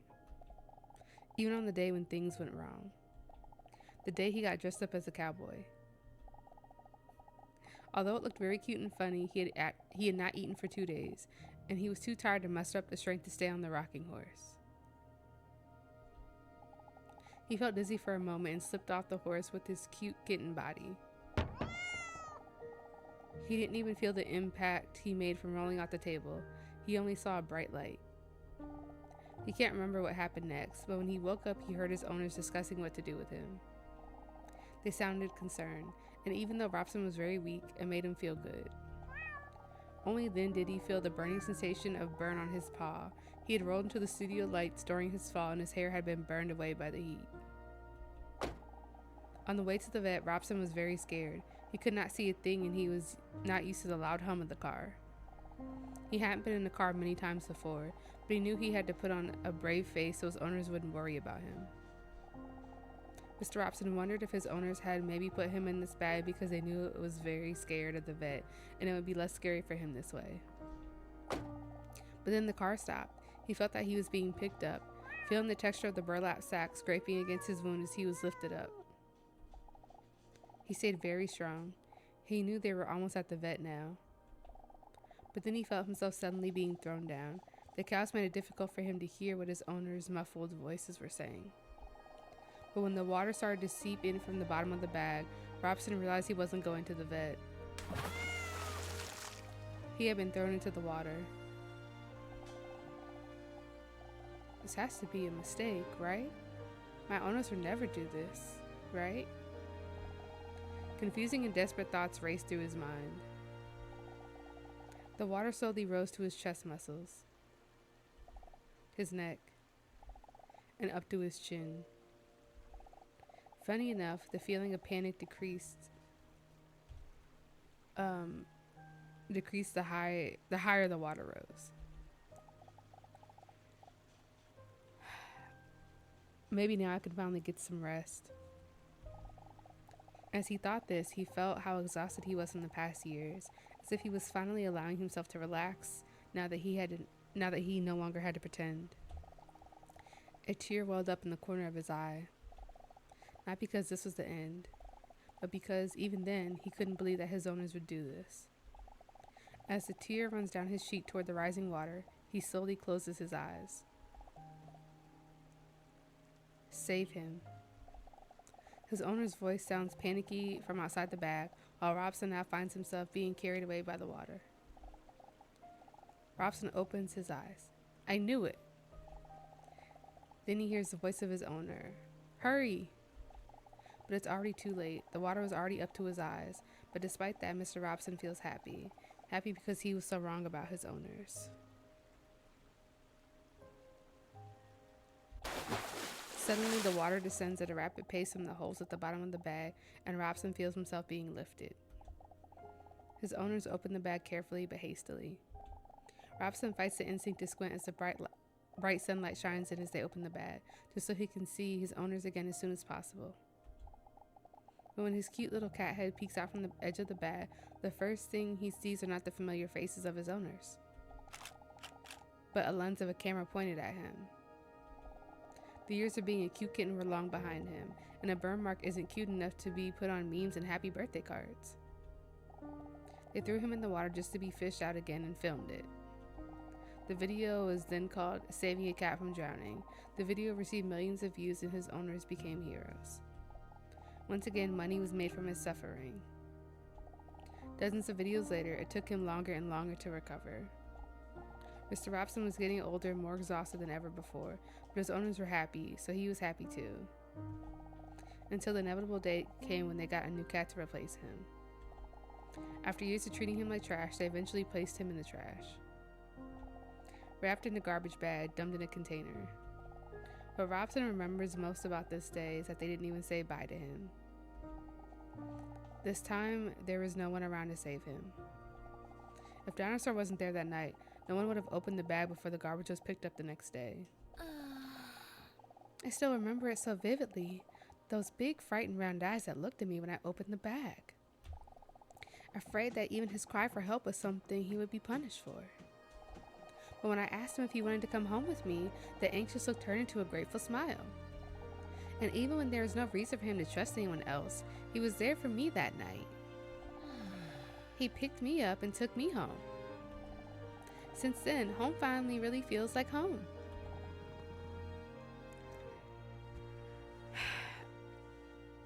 Why was there this depressing ass story in this game? I'm like so sad now. This is too much. I didn't want to cry tonight. Next to her in bed, Mr. Robson looks at her questioningly. He then rubs his head on her as if he could read her thoughts. He's an old cat now, but he is fully recovered. The hair on his paw has grown back, and little of his burns are still visible. Just like, oh, this is so sad. His shaved legs grazed Dinosaur's side. So cute. I love him. I don't know why the cat has shaved legs, but the phone on her bedside table vibrates as the screen lights up. One new message received. She gets a bad feeling in her toned abdomen as she hesitates to open the message. Huh? It's the same number as last week. I have another question for you, but think carefully about whether this is really how you feel. Are you ready? She looks at her phone. She looks at her phone with a confused look. What kind of strange thing is this? I know this is my phone. I meant that message. Are you ready for your next question? Say, who is this? A posture check for myself. I was slouching. She is visibly startled when she immediately receives the next message. The message only contains a question. A question that, although strange, actually makes her think. Can having a pet be a deal breaker for you in a potential relationship? She doesn't know if it's because of the therapy sessions, if it's just an interesting dilemma, or if she's just plain bored, but she decides to answer in all honesty. No. Before she can even think about whether she fully agrees with her own answer, she receives yet another message. Interesting. Did you know that 80.2% of people give this answer? Is that so?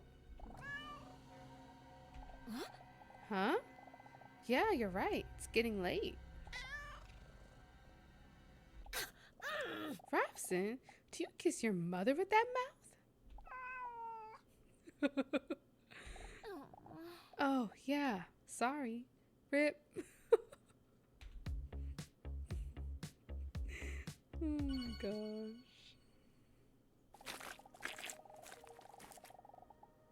In a hurry with a lot of sloshing sounds, Dinosaur walks in while looking at the clock. 10 minutes early. Luckily, well in time. I guess there wasn't any need to rush after all. Phew, I'm so hot. Dinosaur waves her shirt in the hope of cooling herself down. The movement's making her king-size breast slap against her chest. Nothing sexual, but it does happen, so... Dinosaur takes a seat in the empty waiting room. Is it weird that I dressed up this time, hoping I would see him again? If he knew that, he'd probably think I was some crazy wall crawler or something. It's kind of weird to think that I would see him again anyway, after he was early for his appointment twice already. Maybe it's for the best. Dr. Liam probably isn't warning me about him for nothing. Still, she decides to fantasize about the man for a moment. What will I fantasize about? I think he's weird because he looked at her file, so I'm gonna say no. So she decides to fantasize about Leon. He is so wise. His throbbing brain is probably above average in size. But she snaps out of it because the door to the waiting room swings open. The attractive man she met earlier comes rushing in. When he sees Dinosaur, he suddenly stops rushing and tries to take a seat in the waiting room nonchalantly. With a big smirk, Dinosaur looks at the clock and then back at the beefcake. Early again? Are you? I'm starting to think you can't tell time. The man looks at her playfully. That's because I was always late for my telling time lessons. We know he's bad at jokes. So. But we'll laugh at his joke. Dinosaur doesn't think the joke is funny at all, but still pretends to.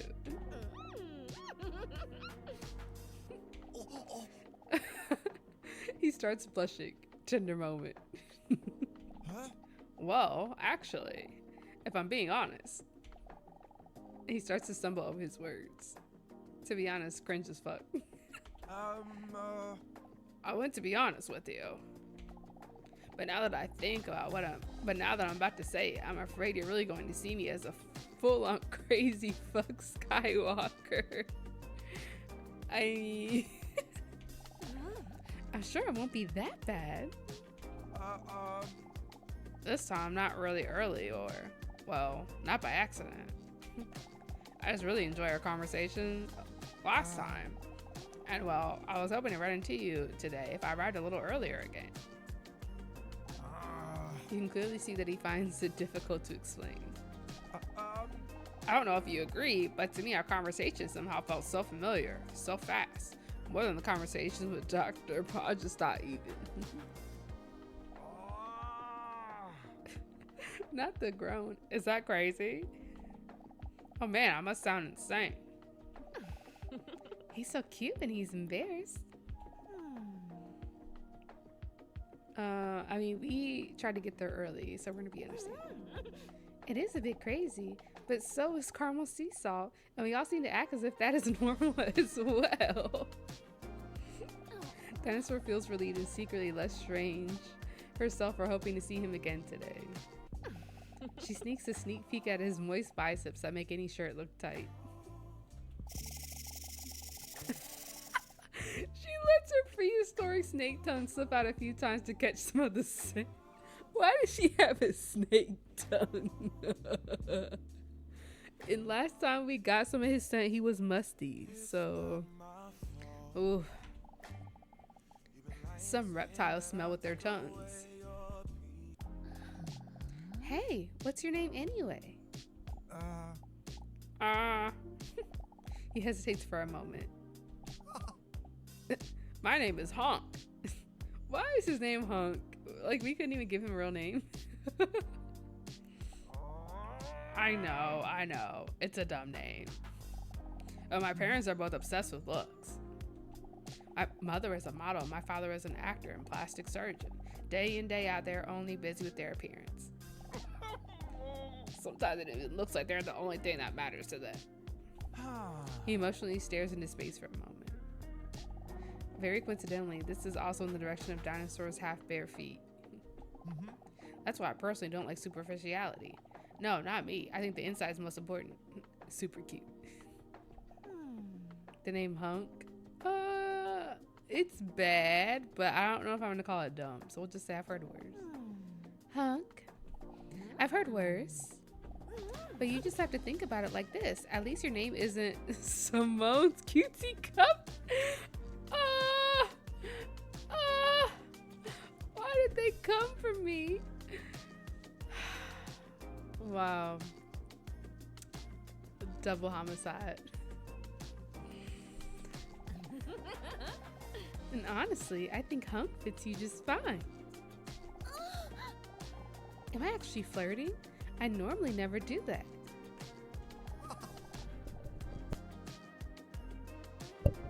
I appreciate the compliment.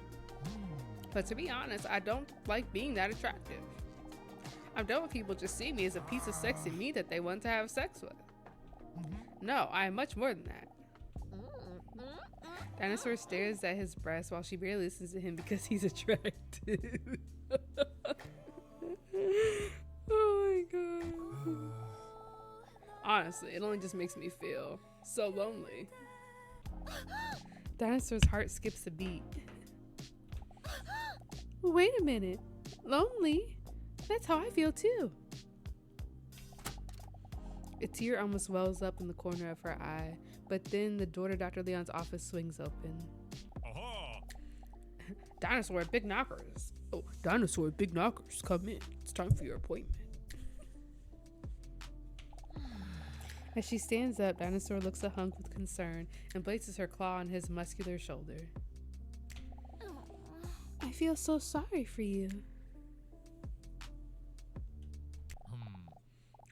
Oh, don't worry. The doctor says that if I apply ointments for 2 weeks, it will just go away.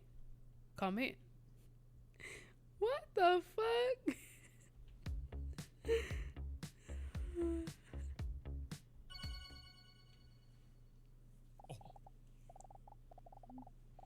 Give me one moment. In the meantime, please take a seat. Dr. Leon says while he is sitting at his desk intently looking through a book. Dinosaur notices that he looks very intelligent doing it. The cover of the book reads, How to Pretend You're Reading for Beginners. I can't. Interesting. He puts the book down and takes off his glasses. While clasping his hands together, he leans his imposing body towards her. I know you previously had your doubts about coming back here every week, so I think it's great that you're continuing. I think it's great that you're going through with it.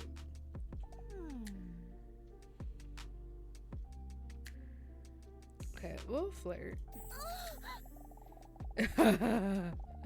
When you hear herself talk, she is shocked by her own flirty tone and tries to overcompensate by adding bitch to it.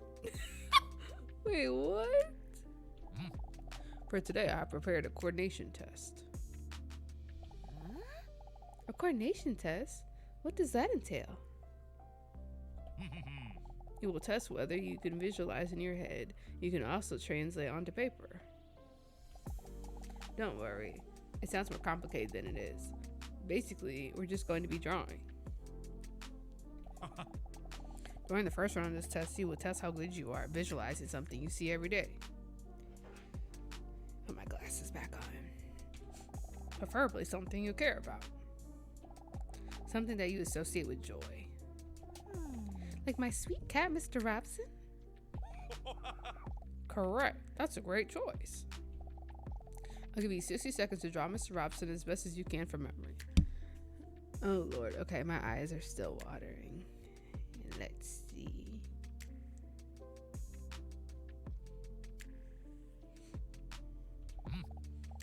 Are you ready? Not really. We'll say yes. Okay, here we go.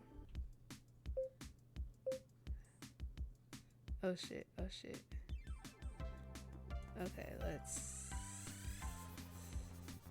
I'm trying to see if I can draw him like laying down.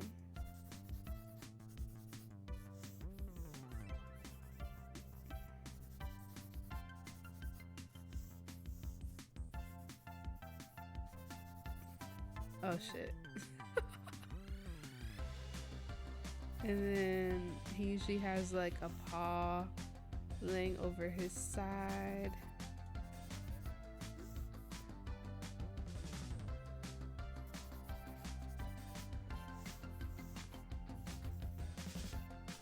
I should probably put his other leg here.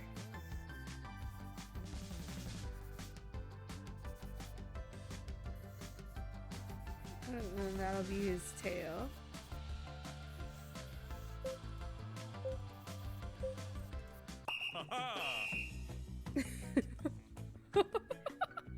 All right, time's up. Let's see. I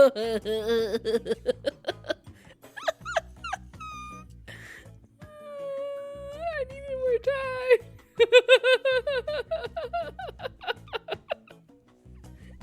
I didn't even get to draw the nose and the mouth.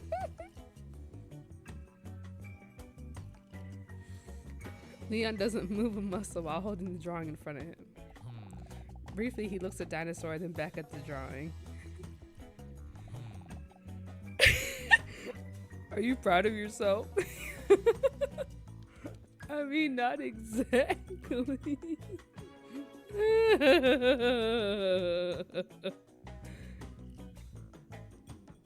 Oh my gosh. See, I tried to draw him laying. Yes, with the arm across. At least I got that. And I got the ears. Dinosaur holds up a photo of Mr. Robson next to her artwork to see how accurately she drew him. I mean, I think I had the basic shapes down.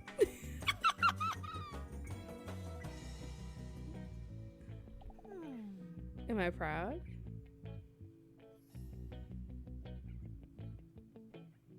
I'm pretty proud. I mean, I'm not maybe proud, maybe not pretty proud, but we're gonna go with that. All right, for the second round, we're going to do things a little differently. Oh, it's another round. Oh, fuck. Okay. I want to ask you to firmly hold onto your pencil, then close your eyes. For the next round, we will see if you can visualize specific topics without looking. Oh, boy. In other words, drawing in the dark. Dinosaur closes her eyes gracefully. She finds it very exciting because she cannot see what Leon is up to now. Could he be secretly watching me now?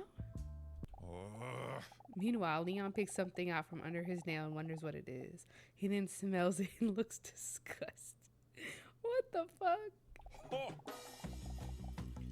I would now like to ask you to draw the following. An apple. Okay, I'm gonna see if I can draw this with my eyes closed. My eyes keep watering anyway, so. Okay. 10 seconds? Okay. You get 10 seconds. Are you ready? Yep. Ready. Start. Oh, I was just trying to make sure that I was on the paper. Let's draw some shading there. Time is up. Time is up. Let's see the result. You can now open your eyes. I mean, I feel like that's close, kind of. But I was like, let me do some shading. Shading's over here.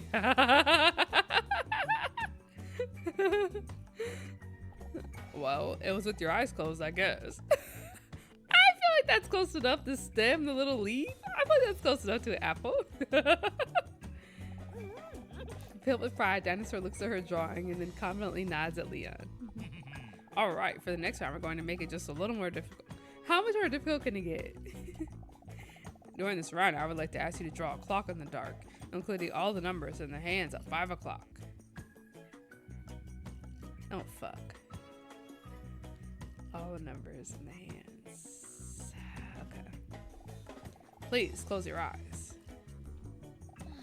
Dinosaur closes her eyes. Ready? Start.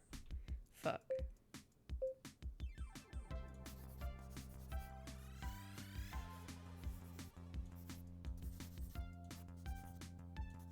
I feel like I'm drawing the numbers too high.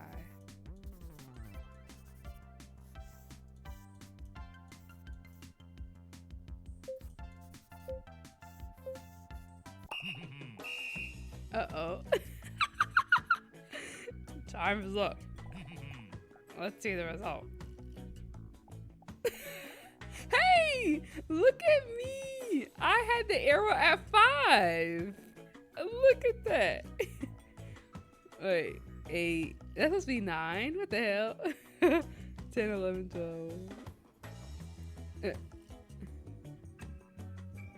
12. 6. Quite beautiful for abstract art. Dinosaur looks at her drawing with satisfaction and wonders whether she might have bat powers because she functions so well in the dark. We're almost done. I'm ready to be done with the drawing. But we're bumping up the difficulty just a little bit more.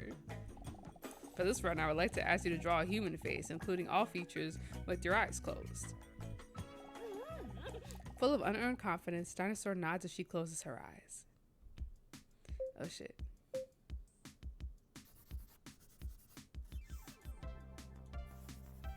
Draw some hair.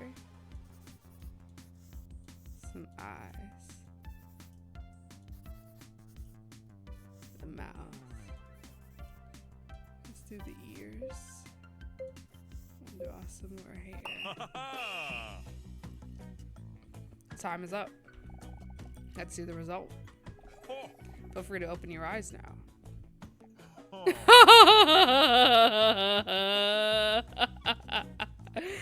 Not the Mona Lisa. Not bad, but I forgot the eyebrows.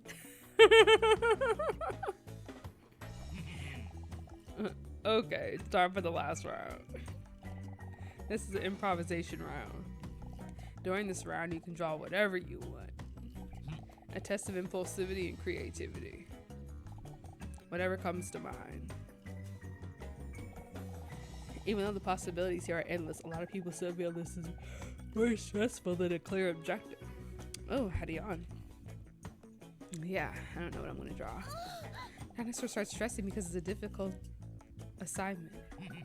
But don't worry, if it makes you feel better. It's not like these drawings would ever end up in a museum anyway. Nothing personal. Dinosaur feels relieved by his insult. Are you ready? Here we go. Oh, it's in the dark again. Fuck.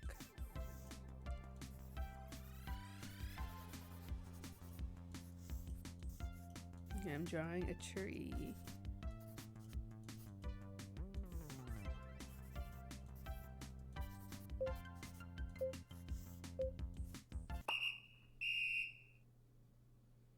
You're done. What was that? What was that squirt? Leon softly whispers in her right ear.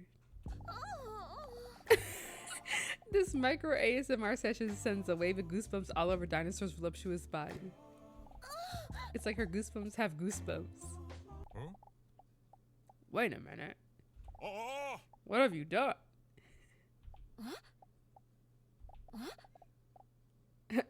Dinosaur opens her eyes. Oh! He ruined my ebony desk. She feels guilty when she sees that she accidentally drew on the ebony desk. Why was the paper not in front of us? I'm sorry. I couldn't see where I was drawing because of my eyelids covering my eyeballs. Leon tries to wipe the art piece to no avail. But when Leon sees Dinosaur's worried look, he is startled. That's okay, he says in a soothing voice. Can I make it up to you? Is there any way I can make it up to you? Dinosaur looks intently into Leon's eyes. Well, honestly, there is something I could think of that I would like from you. Leon just barely dares to look at her. If you ever want to teach me how to draw a cat like that, I would really appreciate it.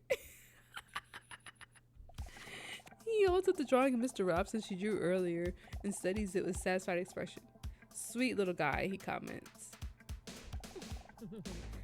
I'll hold you to that. You're really talented, you know. There's a moment of silence as they desperately look into each other's eyes. But then Dinosaur notices that Leon nervously looks away for a moment. Well, I think we put enough effort in for today. Will you be back next week? I think so. She hesitates because she knows that if she continues therapy, she will eventually have to share her secret. And she's one of those full-on reptilian species. Are you sure I shouldn't fix the table? No, don't worry about it. You should probably fix that little piece of snot in your nose. What? Dinosaur is shocked and out of reflex immediately wipes her arm across her nose. A dumb choice because everyone knows that now the booger is somewhere on her arm, which is probably even more disgusting. See you next week. For the rest of the day, Dinosaur wondered how long she had been walking around with the booger in her nose without anyone saying anything to her, saying anything about it at all.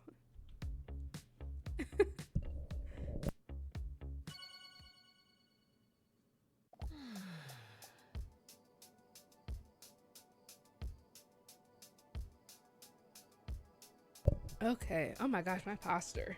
Let me straighten myself up. Phew. Dinosaur is exhausted and flopped onto her bed without showering, her legs spread open. So her feet are still dirty for those who are in arrest. They are really emphasizing the feet.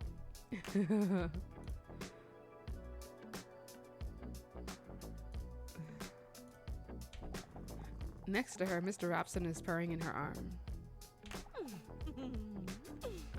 Yeah, I'm gonna pet his sweet little head. He is so cute. Why did they draw them like that? That was another intense day, but I do feel quite good about it. Is therapy good for me after all? Yes, I did see him again. His name is Hunk. What a unique name, huh? And that for such a modest man. I wonder why he talks to Dr. Leon. What? You're right, I know. That's none of my business. But I'm still quite curious. No, I don't think it's for his catnip addiction. That's generally exclusively a cat thing. Not the catnip. Through this exciting day, she's more comfortable than usual and she starts to doze off almost immediately.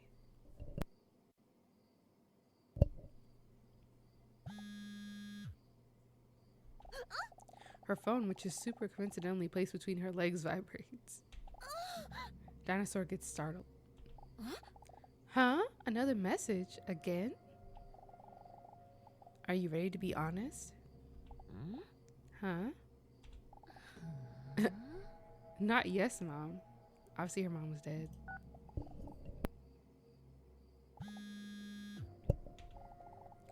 What do you find the most attractive characteristic in a potential partner?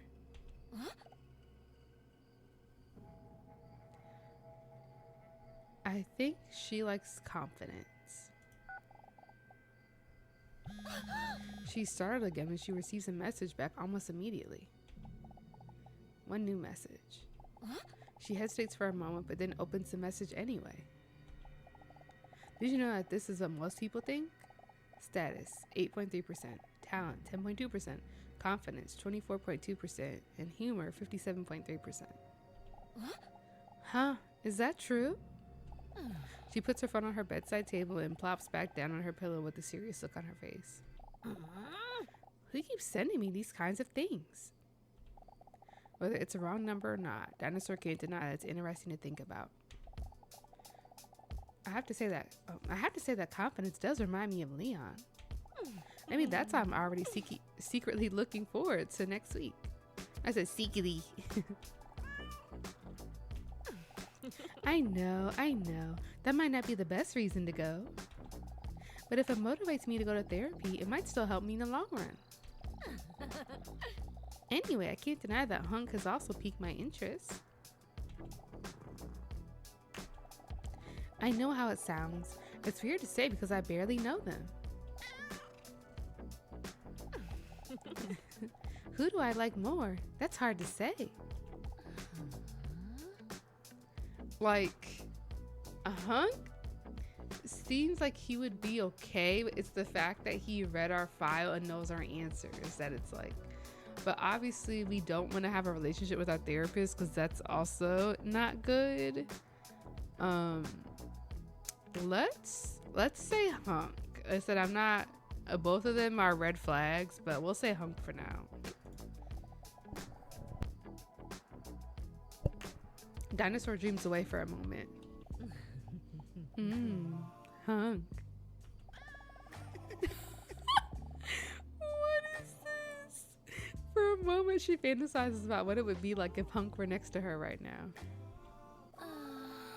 But then in a flash, this unexpected lightning strike, the fantasy turns into uncertainty. But why would I even think about that? As if any of them would ever have a spark of interest in me if they found out I was a monster.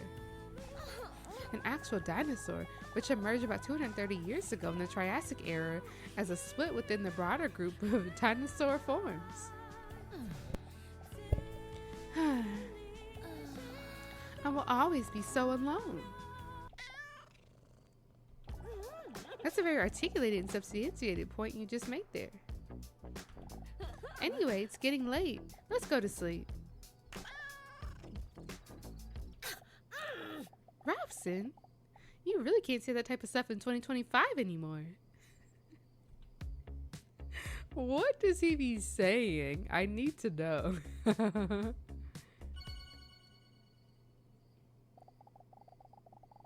When Dinosaur walks into the waiting room, she sees Hunk already sitting there. She notices that the knot in her stomach, which she has always felt before, is less prevalent today, knowing that she's going to have a moment with Hunk. Alright, I don't know if y'all can tell, I am getting congested and my eyes are watering. And I mentioned insomnia hit me, so I'm like super, super tired. So I think I might stop. Like when it says like next day or next week, I think I might stop there and call it a night because I am struggling. I'm enjoying this, but ooh, I just got so tired. Oh, okay.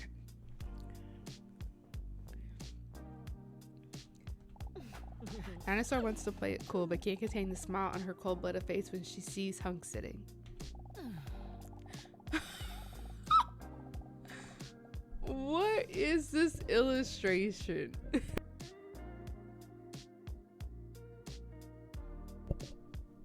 Honestly.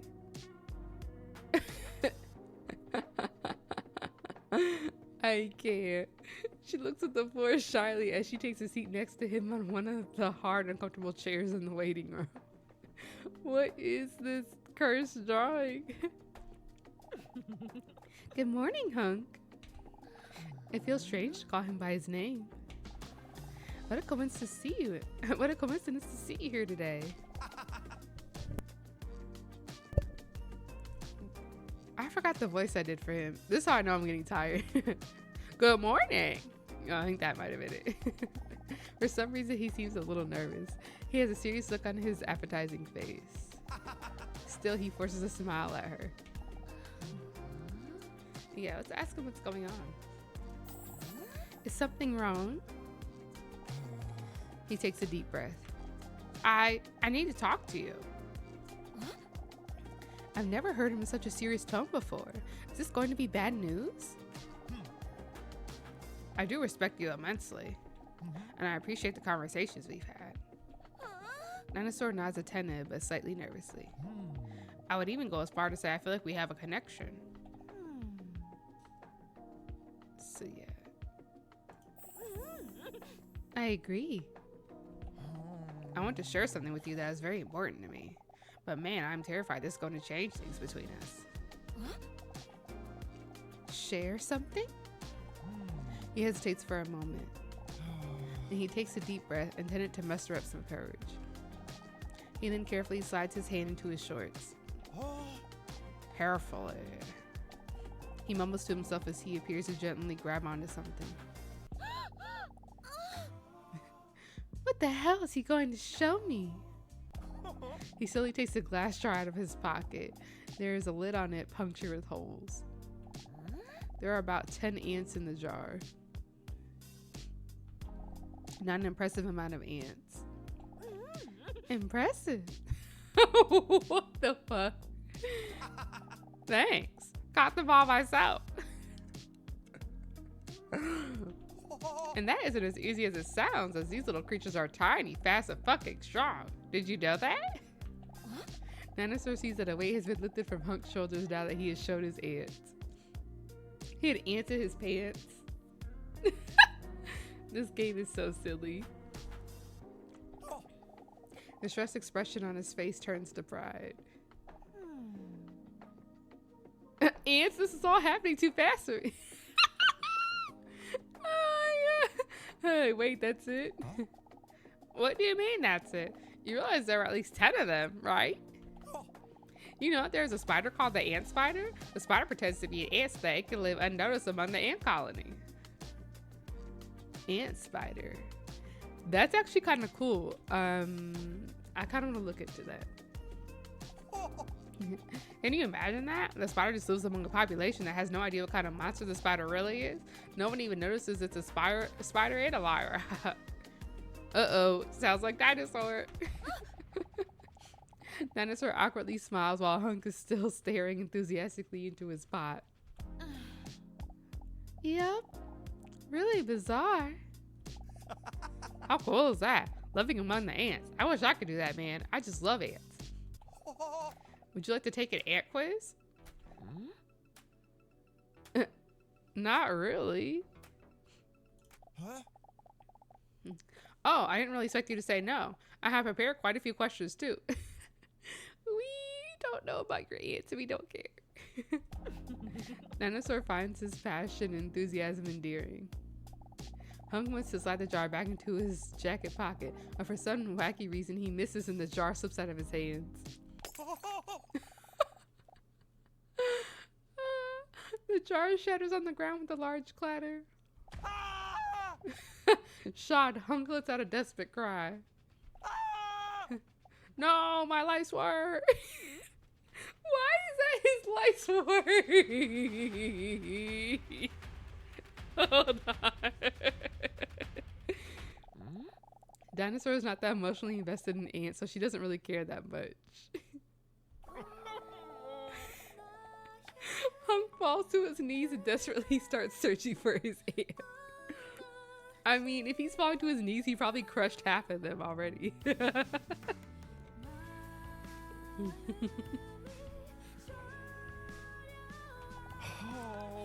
Please, can you help me find the ants?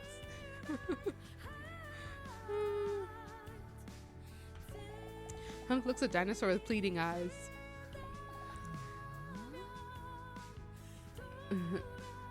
Don't be a baby. I'm not gonna say that's rude, but we'll say this. Dinosaur pauses for a moment to leave the room. Oh, to leave room for a compliment about her impressive language skills.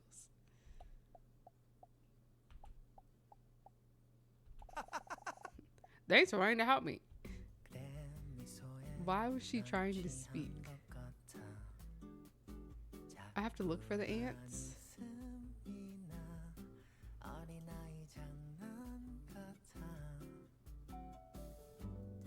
I want to redo. I didn't know the time was starting. I haven't seen a single ant.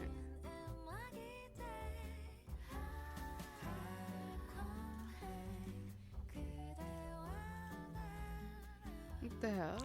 Oh. I found one! Hunk's eyes start to sparkle. Well, that might be the only one, because that's a spider. But I'm just clicking everything at this point, because... Oh.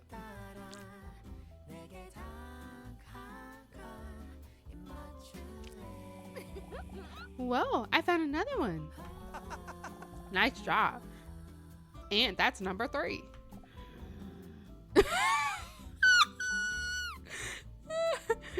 Shut the fuck up.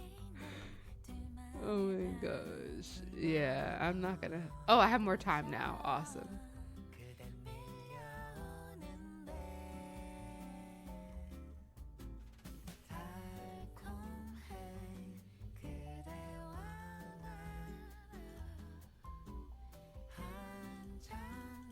Oh, something that would be an ant.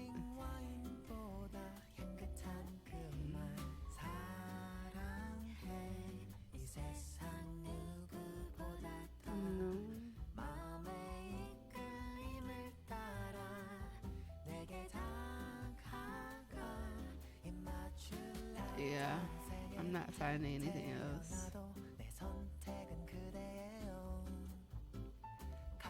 Uh-oh. Uh-oh.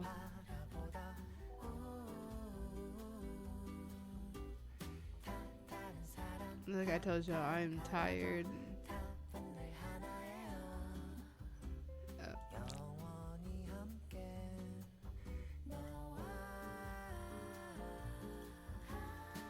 How is that not an ant?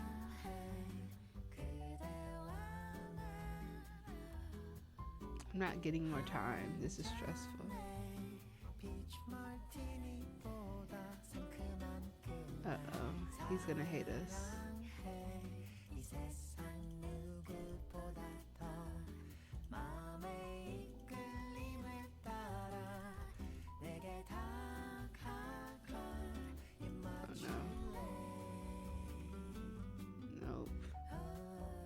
We could not find all the ants. Let's see. What? Oh, I was never gonna get some of these. Oh, hell no. No, yeah. What the? I was never gonna get some of these. I was clicking in here, yeah. Ants really do seem small lately, huh? I quit. Looking for ants is boring if you can't find them. Disappointed, Hunk looks up at her and then continues to search on his own. Good, because you stress me out. While Hunk is still desperately crawling on the floor, the door to Leon's office swings open. Salamander with big tits. Oh, Salamander with big tits. It's time for your appointment. Oh, I gotta go. Will I see you again next week? Depends. As long as you don't lose your vision in the meantime. Acute blindness is a real thing. Anyway, come on in. Okay, I think I said I was gonna stop here, but like obviously let's do the appointment. And then maybe after the appointment will be a good stopping point. Yeah, the ant search hurt my eyes. I'm sure this next part is gonna be some foolery.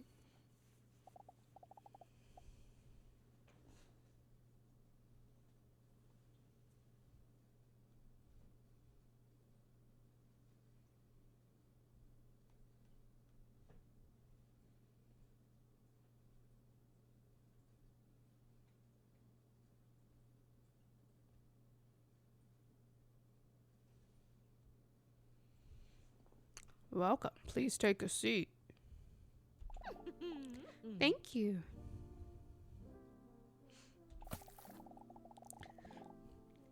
Dinosaur softly places her butt on the chair opposite to Leon. Can you imagine it? Huh?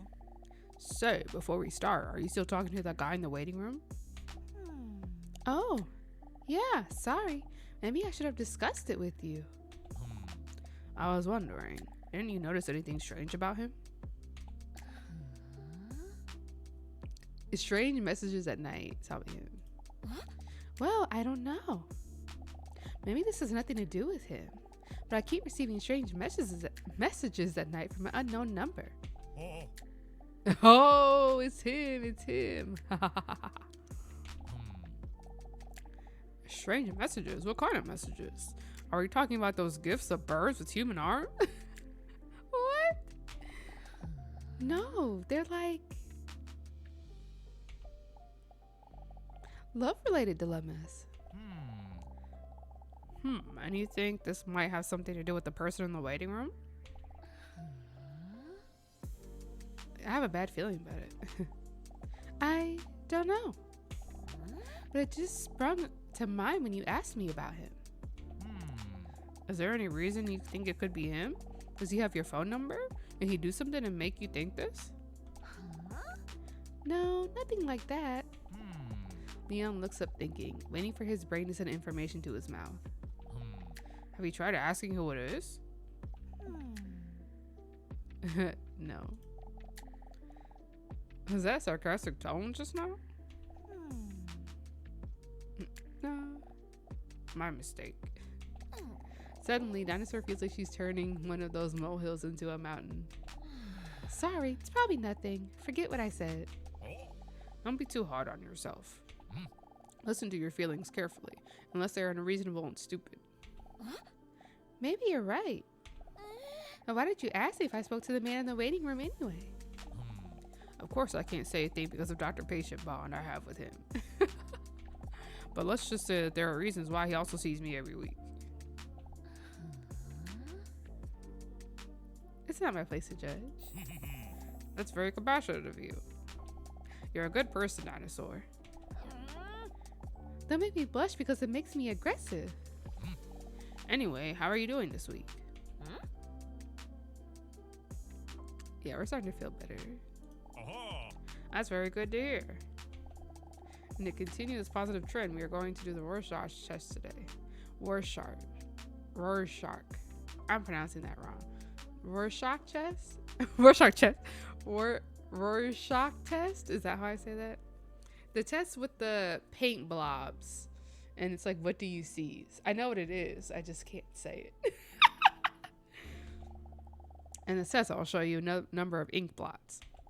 And since Mr. Rorschach, I keep it, apparently wasn't a good artist, we're left to figure out what these spots are supposed to be for ourselves. These interpretations tell me more about your character traits and your subconscious way of thinking. Dinosaur stares at the fly of Leon's pants. Not this ant. There is one specific plot that I would like to interpret for him. Ew! What is that filthy creature doing here? The ant. I was trying to see if I could grab it. With a terrified swipe of Leon's hand, the ant is launched from the desk. That must have been one of Hunk's ants. Interesting creatures, though, those ants. Have you heard about that ant spider? A beautiful creature that... Yup. Oh. Anyway, it's time for the Rorschach test. Are you ready? Dinosaur was ever so ready for it. I already get this over because I keep butchering how it's pronounced. Yes. I told you so. All right, Dinosaur. Here we go. our picture of last time. Leon takes an image from behind his desk with the abstract ink blot on it. Can you tell me what you see in this ink blot? I see an eye. I'm mad that rectum was a choice. Interesting. Leon carefully notes his findings on his notepad. And he pulls out a second image. And what about this image?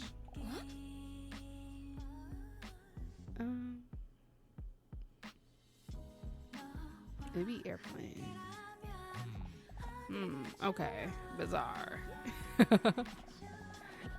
Again, Leon scribbles his findings on his paper. None of those answer choices really seem to be what I thought.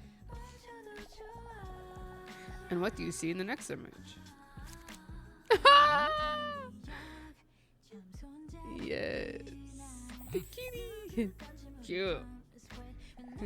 And what do you feel when looking at the following image? Hammerhead shark. Yes. Dr. Leon makes another extensive note. As she follows his hand movements, he appears to write down the letters dumb. D-U-M-B. And then finally this one. Not it being blurred out. Leon holds his index finger up to his chin as he looks at Dinosaur questioningly. Come on. Full on penile action. Wait, why do all these images slightly resemble private parts? That's just your interpretation. You have to understand that these are abstract ink blots. Not making sense. What you see in this is a reflection of your feelings. To one person, this might be a soothing field of flowers, where to you, it's lets you express your unhealthy obsession with Jeff.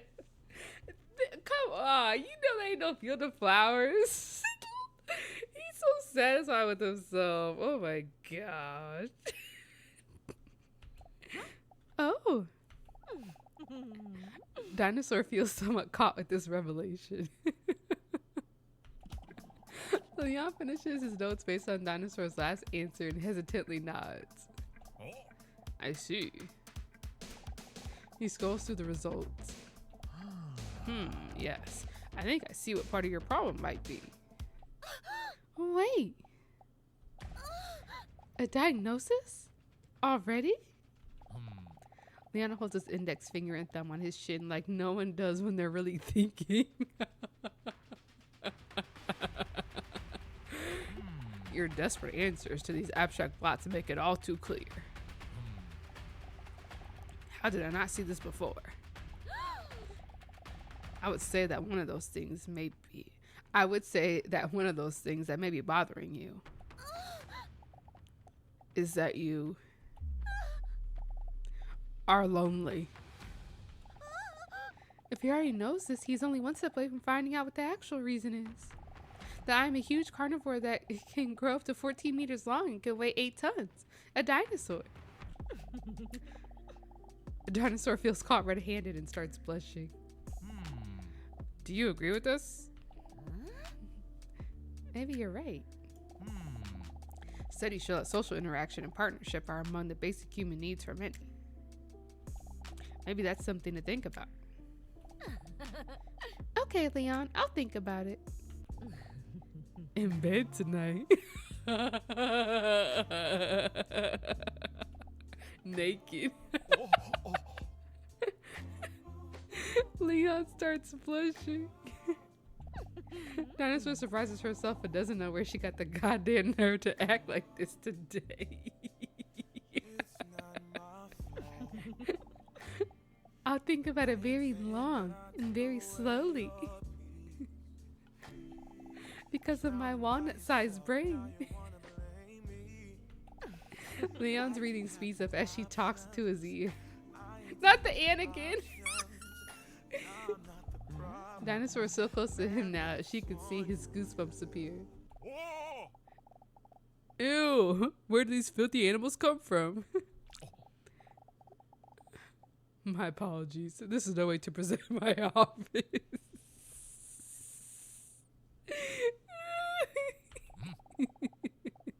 I'm going to clean it right away. I just keep cracking up. Like, we know the ants came from Hunk. And he's like, my office is filthy. You have, like, a naked picture of you on the shelf. You have a weight set, like... There's so many things wrong. You're not even dressed appropriately. And you're like, oh, office filthy.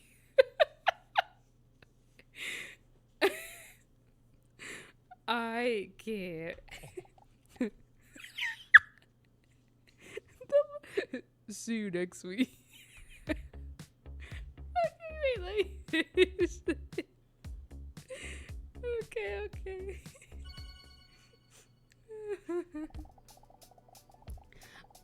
While she's patting dry some of her erogenous zones, Dinosaur steps out of the bathroom contently.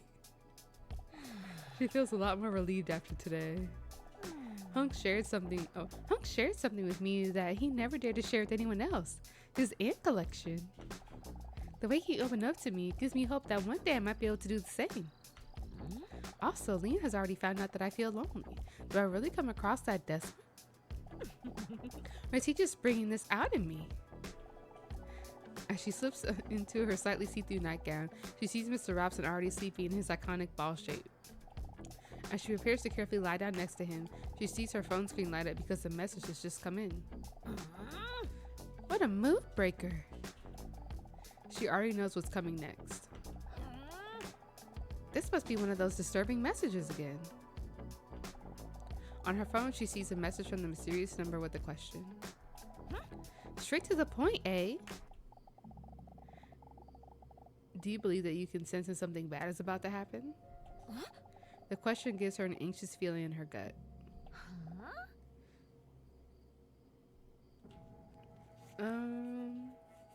I don't know that Dinosaur can tell.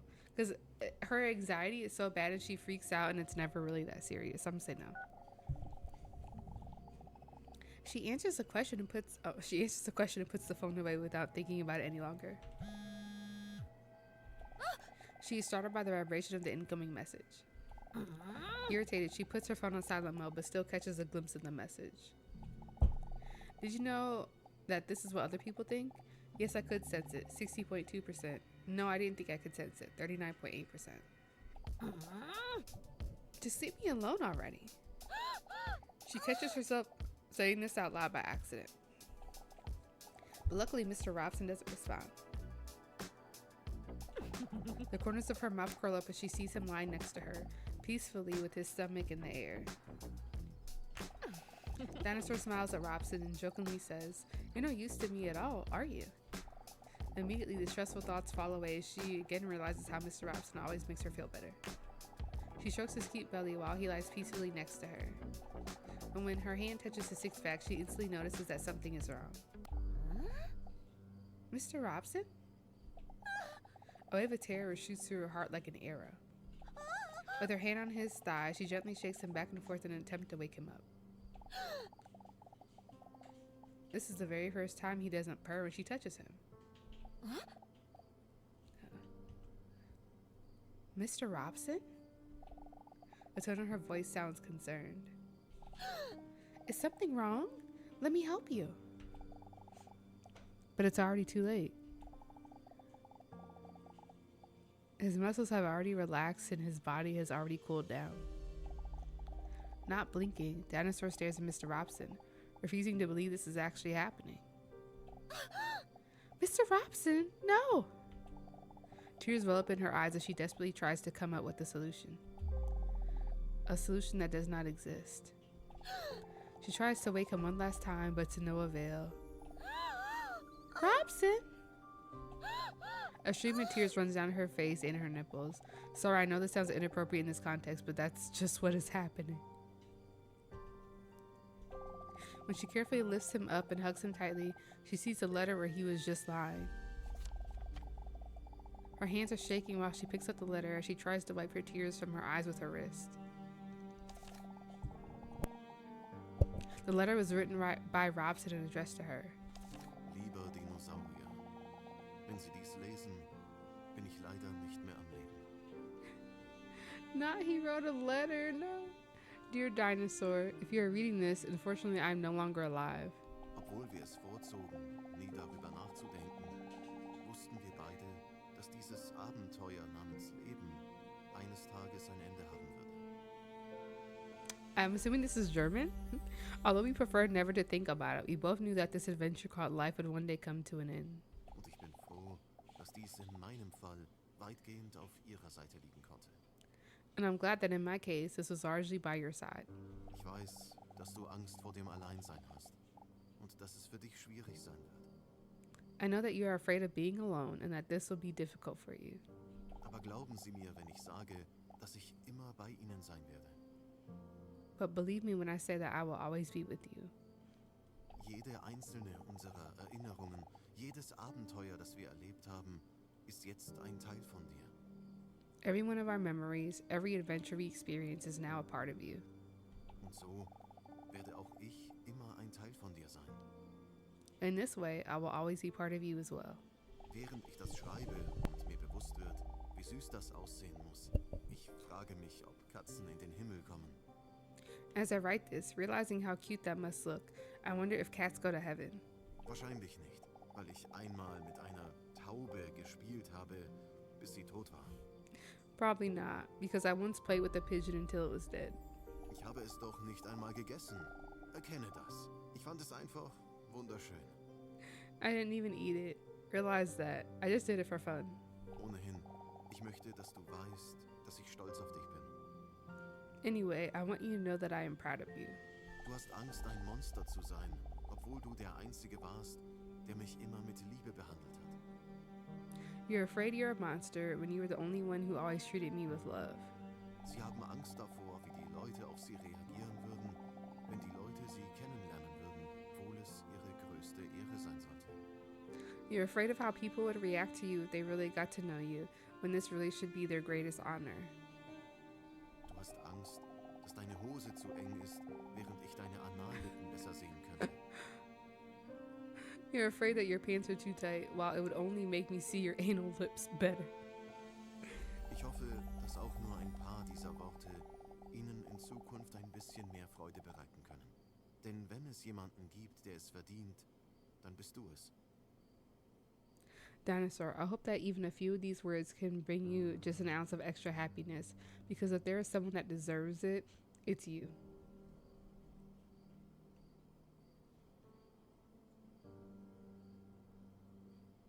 Ich werde auf dich warten, bis sich unsere Wege wieder kreuzen. I will wait for you until our paths cross again.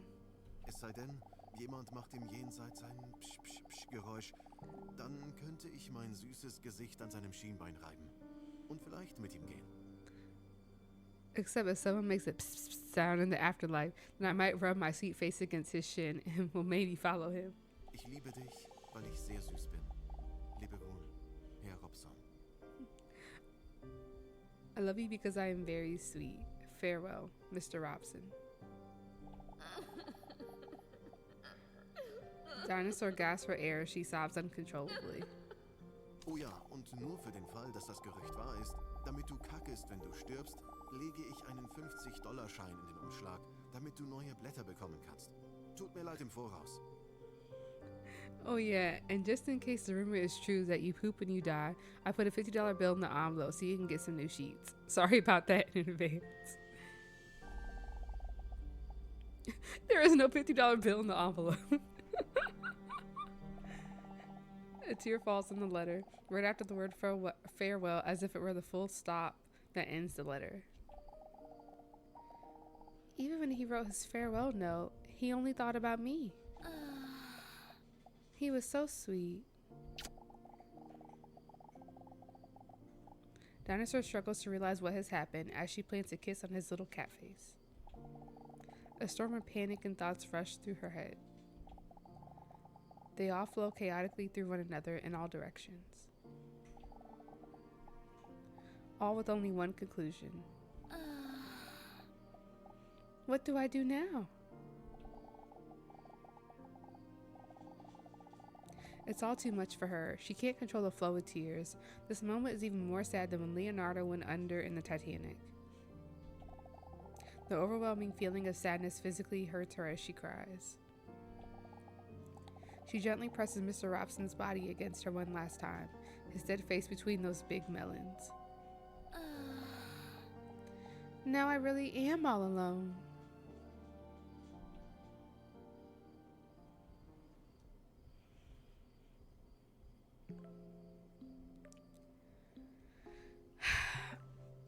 Okay, that was such a depressing note to end on. So I'm gonna go to the waiting room and then end after that. That was awful. We have this great bond with our cat, and then, you know, we had his tragic backstory, and then he passes away. And I'm like, you know, as a pet owner, I'm just like, oh my gosh, you know, so obviously we can't get all of our pets' thoughts and feelings, you know, in written form. And I was just like, oh my gosh. So yeah, I'm like, okay, now I'm emotional, so I don't want to end on that note.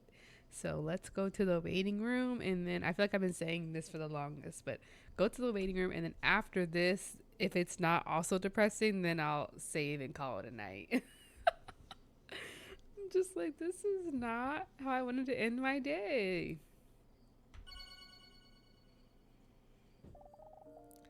But I guess we'll probably talk about it in our therapy session, so maybe this part will also be sad.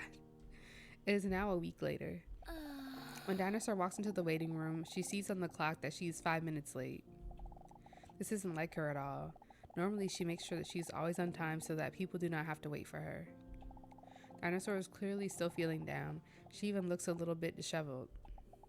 She has bags under her eyes, her clothes are not ironed, and you can tell from her eyes that she has been crying not long ago. Don't worry, she's still sexually attractive. Without even realizing he was there, Hunk stands up to comfort her. Huh?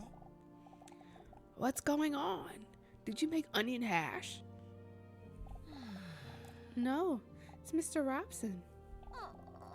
He's down for the count. Hunk's eyes open up wide.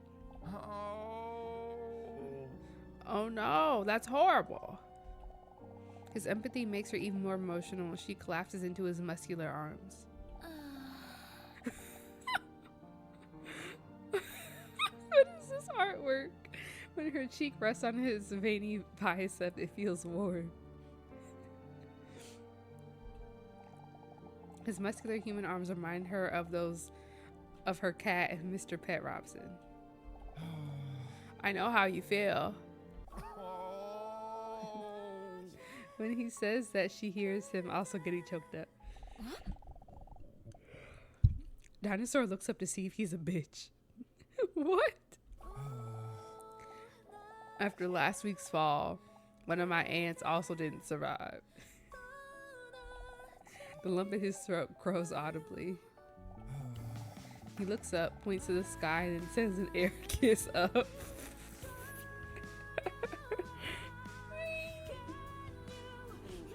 Wait. Okay. I lost my slipper.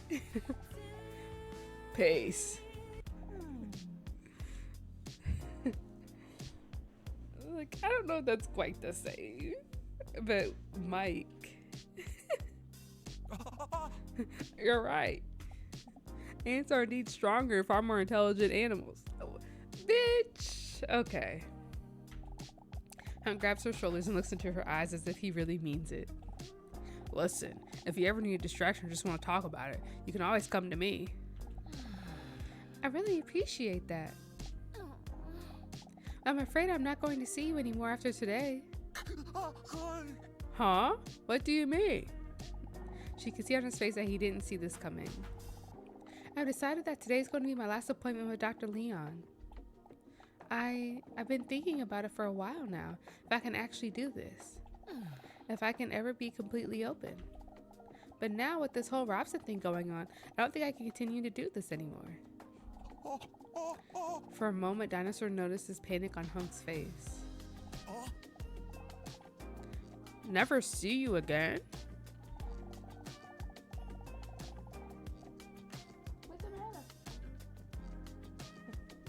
With a concerned look, Hunk thinks carefully about what he's going to say next. Okay, now my dog is whining, so yeah, this will be my last scene.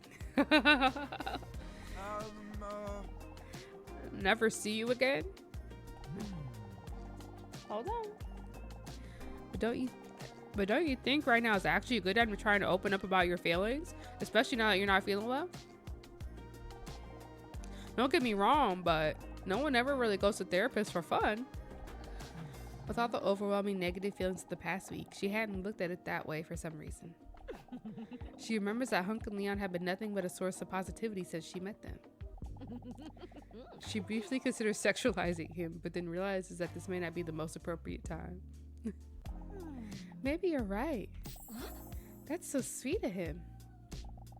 I really appreciate that.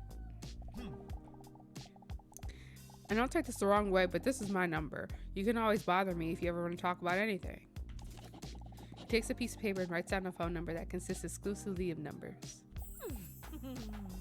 His phone number. That's so sweet of him. Dinosaur starts to blush. Wow, what a long number. You know what they say about men with long numbers. Thank you. I appreciate that. Then the door to Leon's office swings open. Check this out. Leon storms into the waiting room while pointing at his mouth. While you were late, I learned how to blow saliva bubbles. What the hell? Dinosaur blushes again as she watches Leon's sensual lips blow a bubble of saliva that just barely leaves his mouth. The bubble bursts within mere moments. Hold on, I can't do it anymore now that you guys are watching. He makes a few more attempts while Hunk and Dinosaur are watching patiently. None of the attempts are very impressive. Whatever. Come in, Dinosaur. Okay, so we will save here. Okay, awesome. There's outfits now? Oh. I just have one outfit. Okay.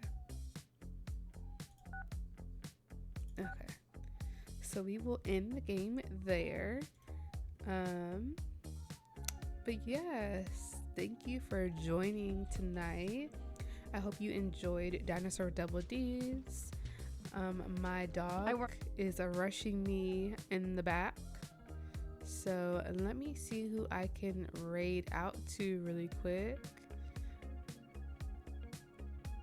Okay, let me raid out to Clover.